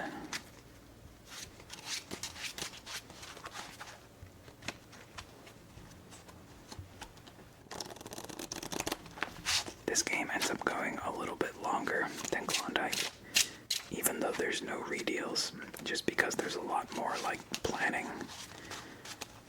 I usually cut my thinking time out of the video, so I don't know how much that's gonna come across in the final video, but in real time, these Whitehead games take me a lot longer because I have to plan out every step. That's what happens when you make the tableau open. Note that this is still a closed game. Even though the tableau starts open, you still have no clue what's in the stock, so I believe it's still classified as a closed game. But it is more open than traditional Klondike.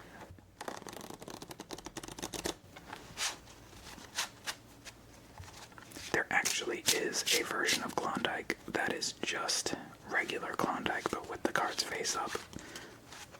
It is called Saratoga, or Thoughtful Solitaire. I personally prefer Saratoga. That name feels more original. Thoughtful seems kind of weird.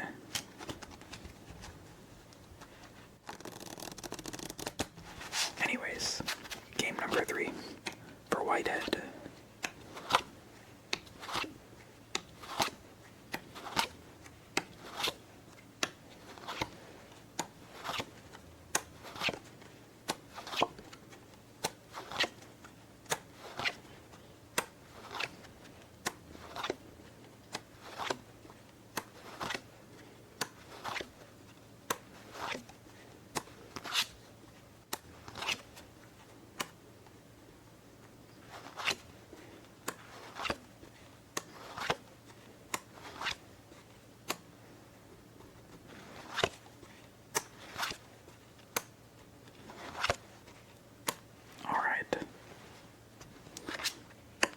Let's see.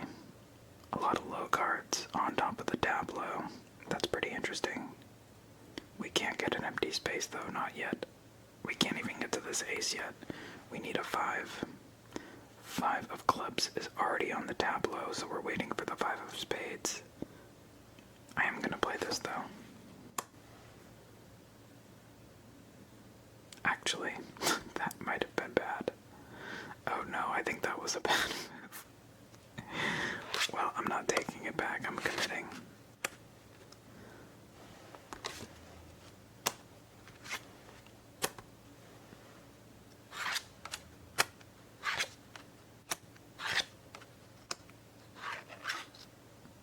Oh man, I don't think that would have helped anyways, never mind. I was thinking if we could get this queen to that king, but we would just move this jack over and then we would get stuck with another king.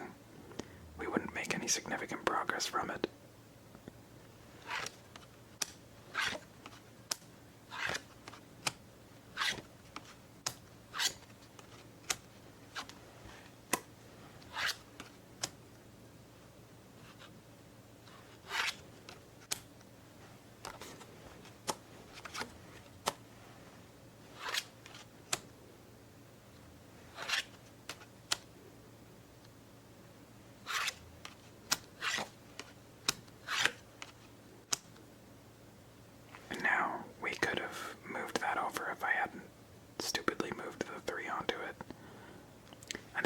this anyways.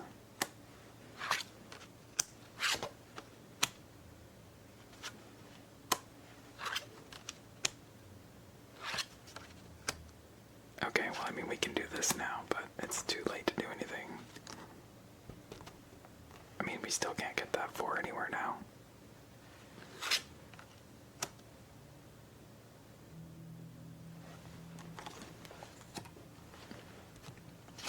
Man, that Ace of Hearts has taken its time. Oh, never mind, it's on the tableau. Okay, so this was just... this was a pretty poor game. Okay, that's definitely not going to be the last game. We're going to do one more. That was pretty pathetic. We didn't get a single card to the tableau. Part of that was, I think, my own mistakes. We could have gotten a card to the tableau if I hadn't played that 3 of clubs, but I still don't think we would have won.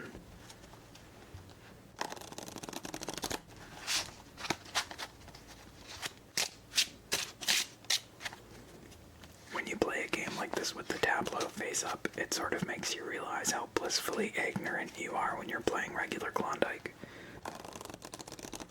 Because regular Klondike is pretty much just as prone to getting tableaus like that. It's just the difference is that it's all face down. So, when it does happen, you don't know until you lose. It's sort of depressing when you can just see it from the start of the game, and you know it's doomed.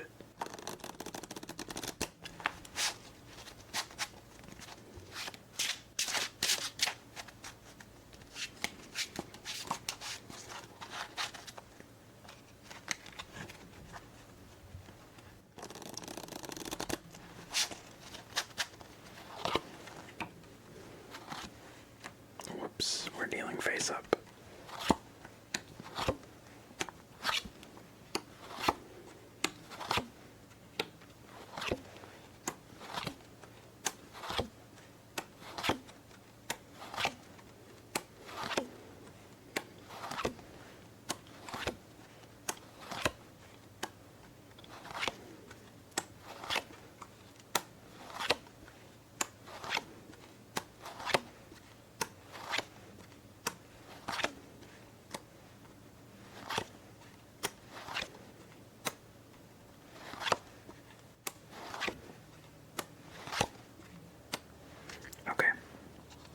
Can get an empty space right from the get-go. Let's see how useful that will be.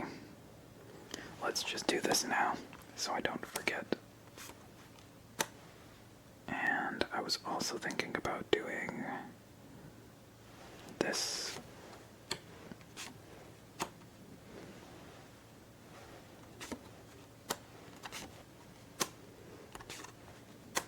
Now these mixed suits are a little weird, but we get an ace from this.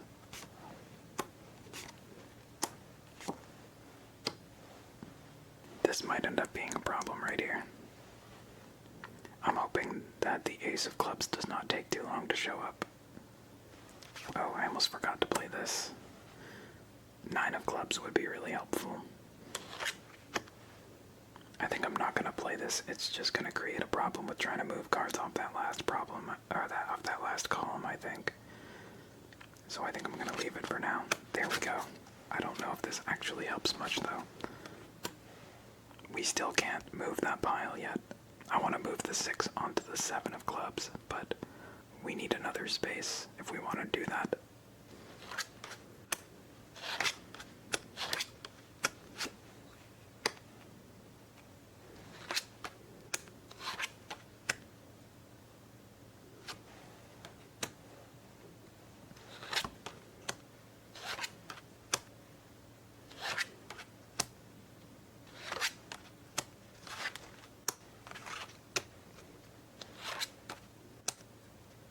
Okay. Still can't move that 6 though. Not that it would really help us all that much if we could. I really want the 9 of clubs. That would be so nice. This looked like a promising start, but I think it's just taking too long to get the cards that I want. And now we can do this, but that doesn't even get us an empty pile yet. Not until we get that 9. ace doesn't help at all because the 2 is way back there.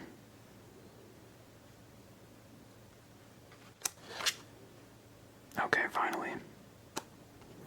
Now, can we do anything with this extra empty space?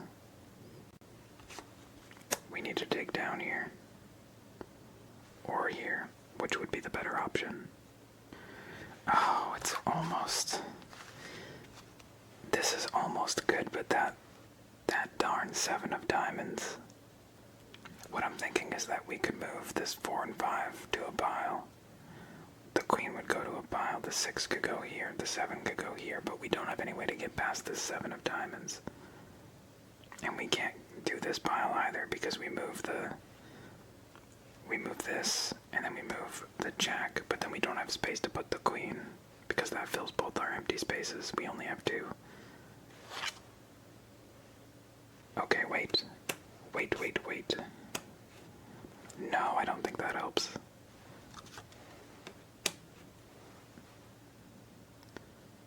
Did we draw the 6 of diamonds already? We did. And I think it's too far back to get. Well, hang on. Okay, no. I think we can actually do this. Watch.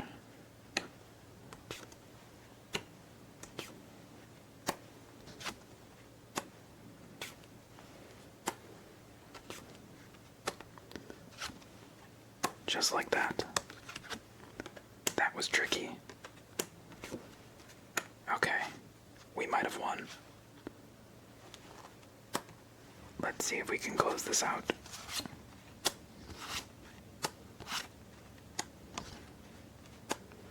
Is the 6 of hearts in here? It is.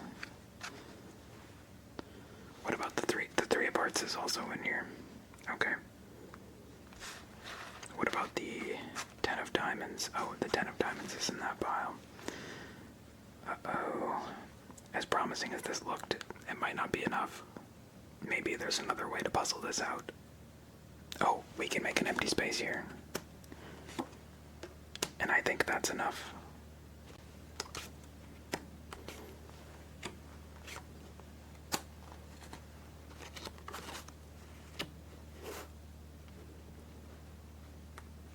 And then these go to the foundation, and yes, we did it. Whew, that was a tricky one. That was a very tricky one.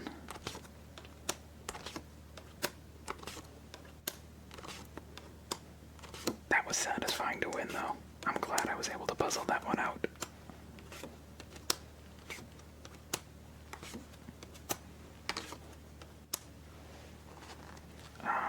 We still need to get back to that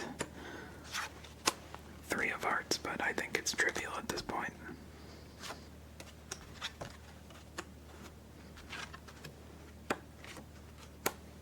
Yep, there it is. Nice. So, that's good. We went 2 and 2 in Whitehead. I'm happy with that.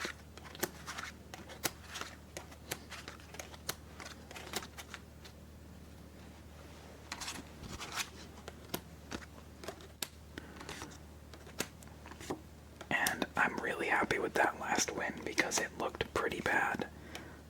I really thought I lost, but the fact that I managed to bring it back made me really happy. Those are the most satisfying wins.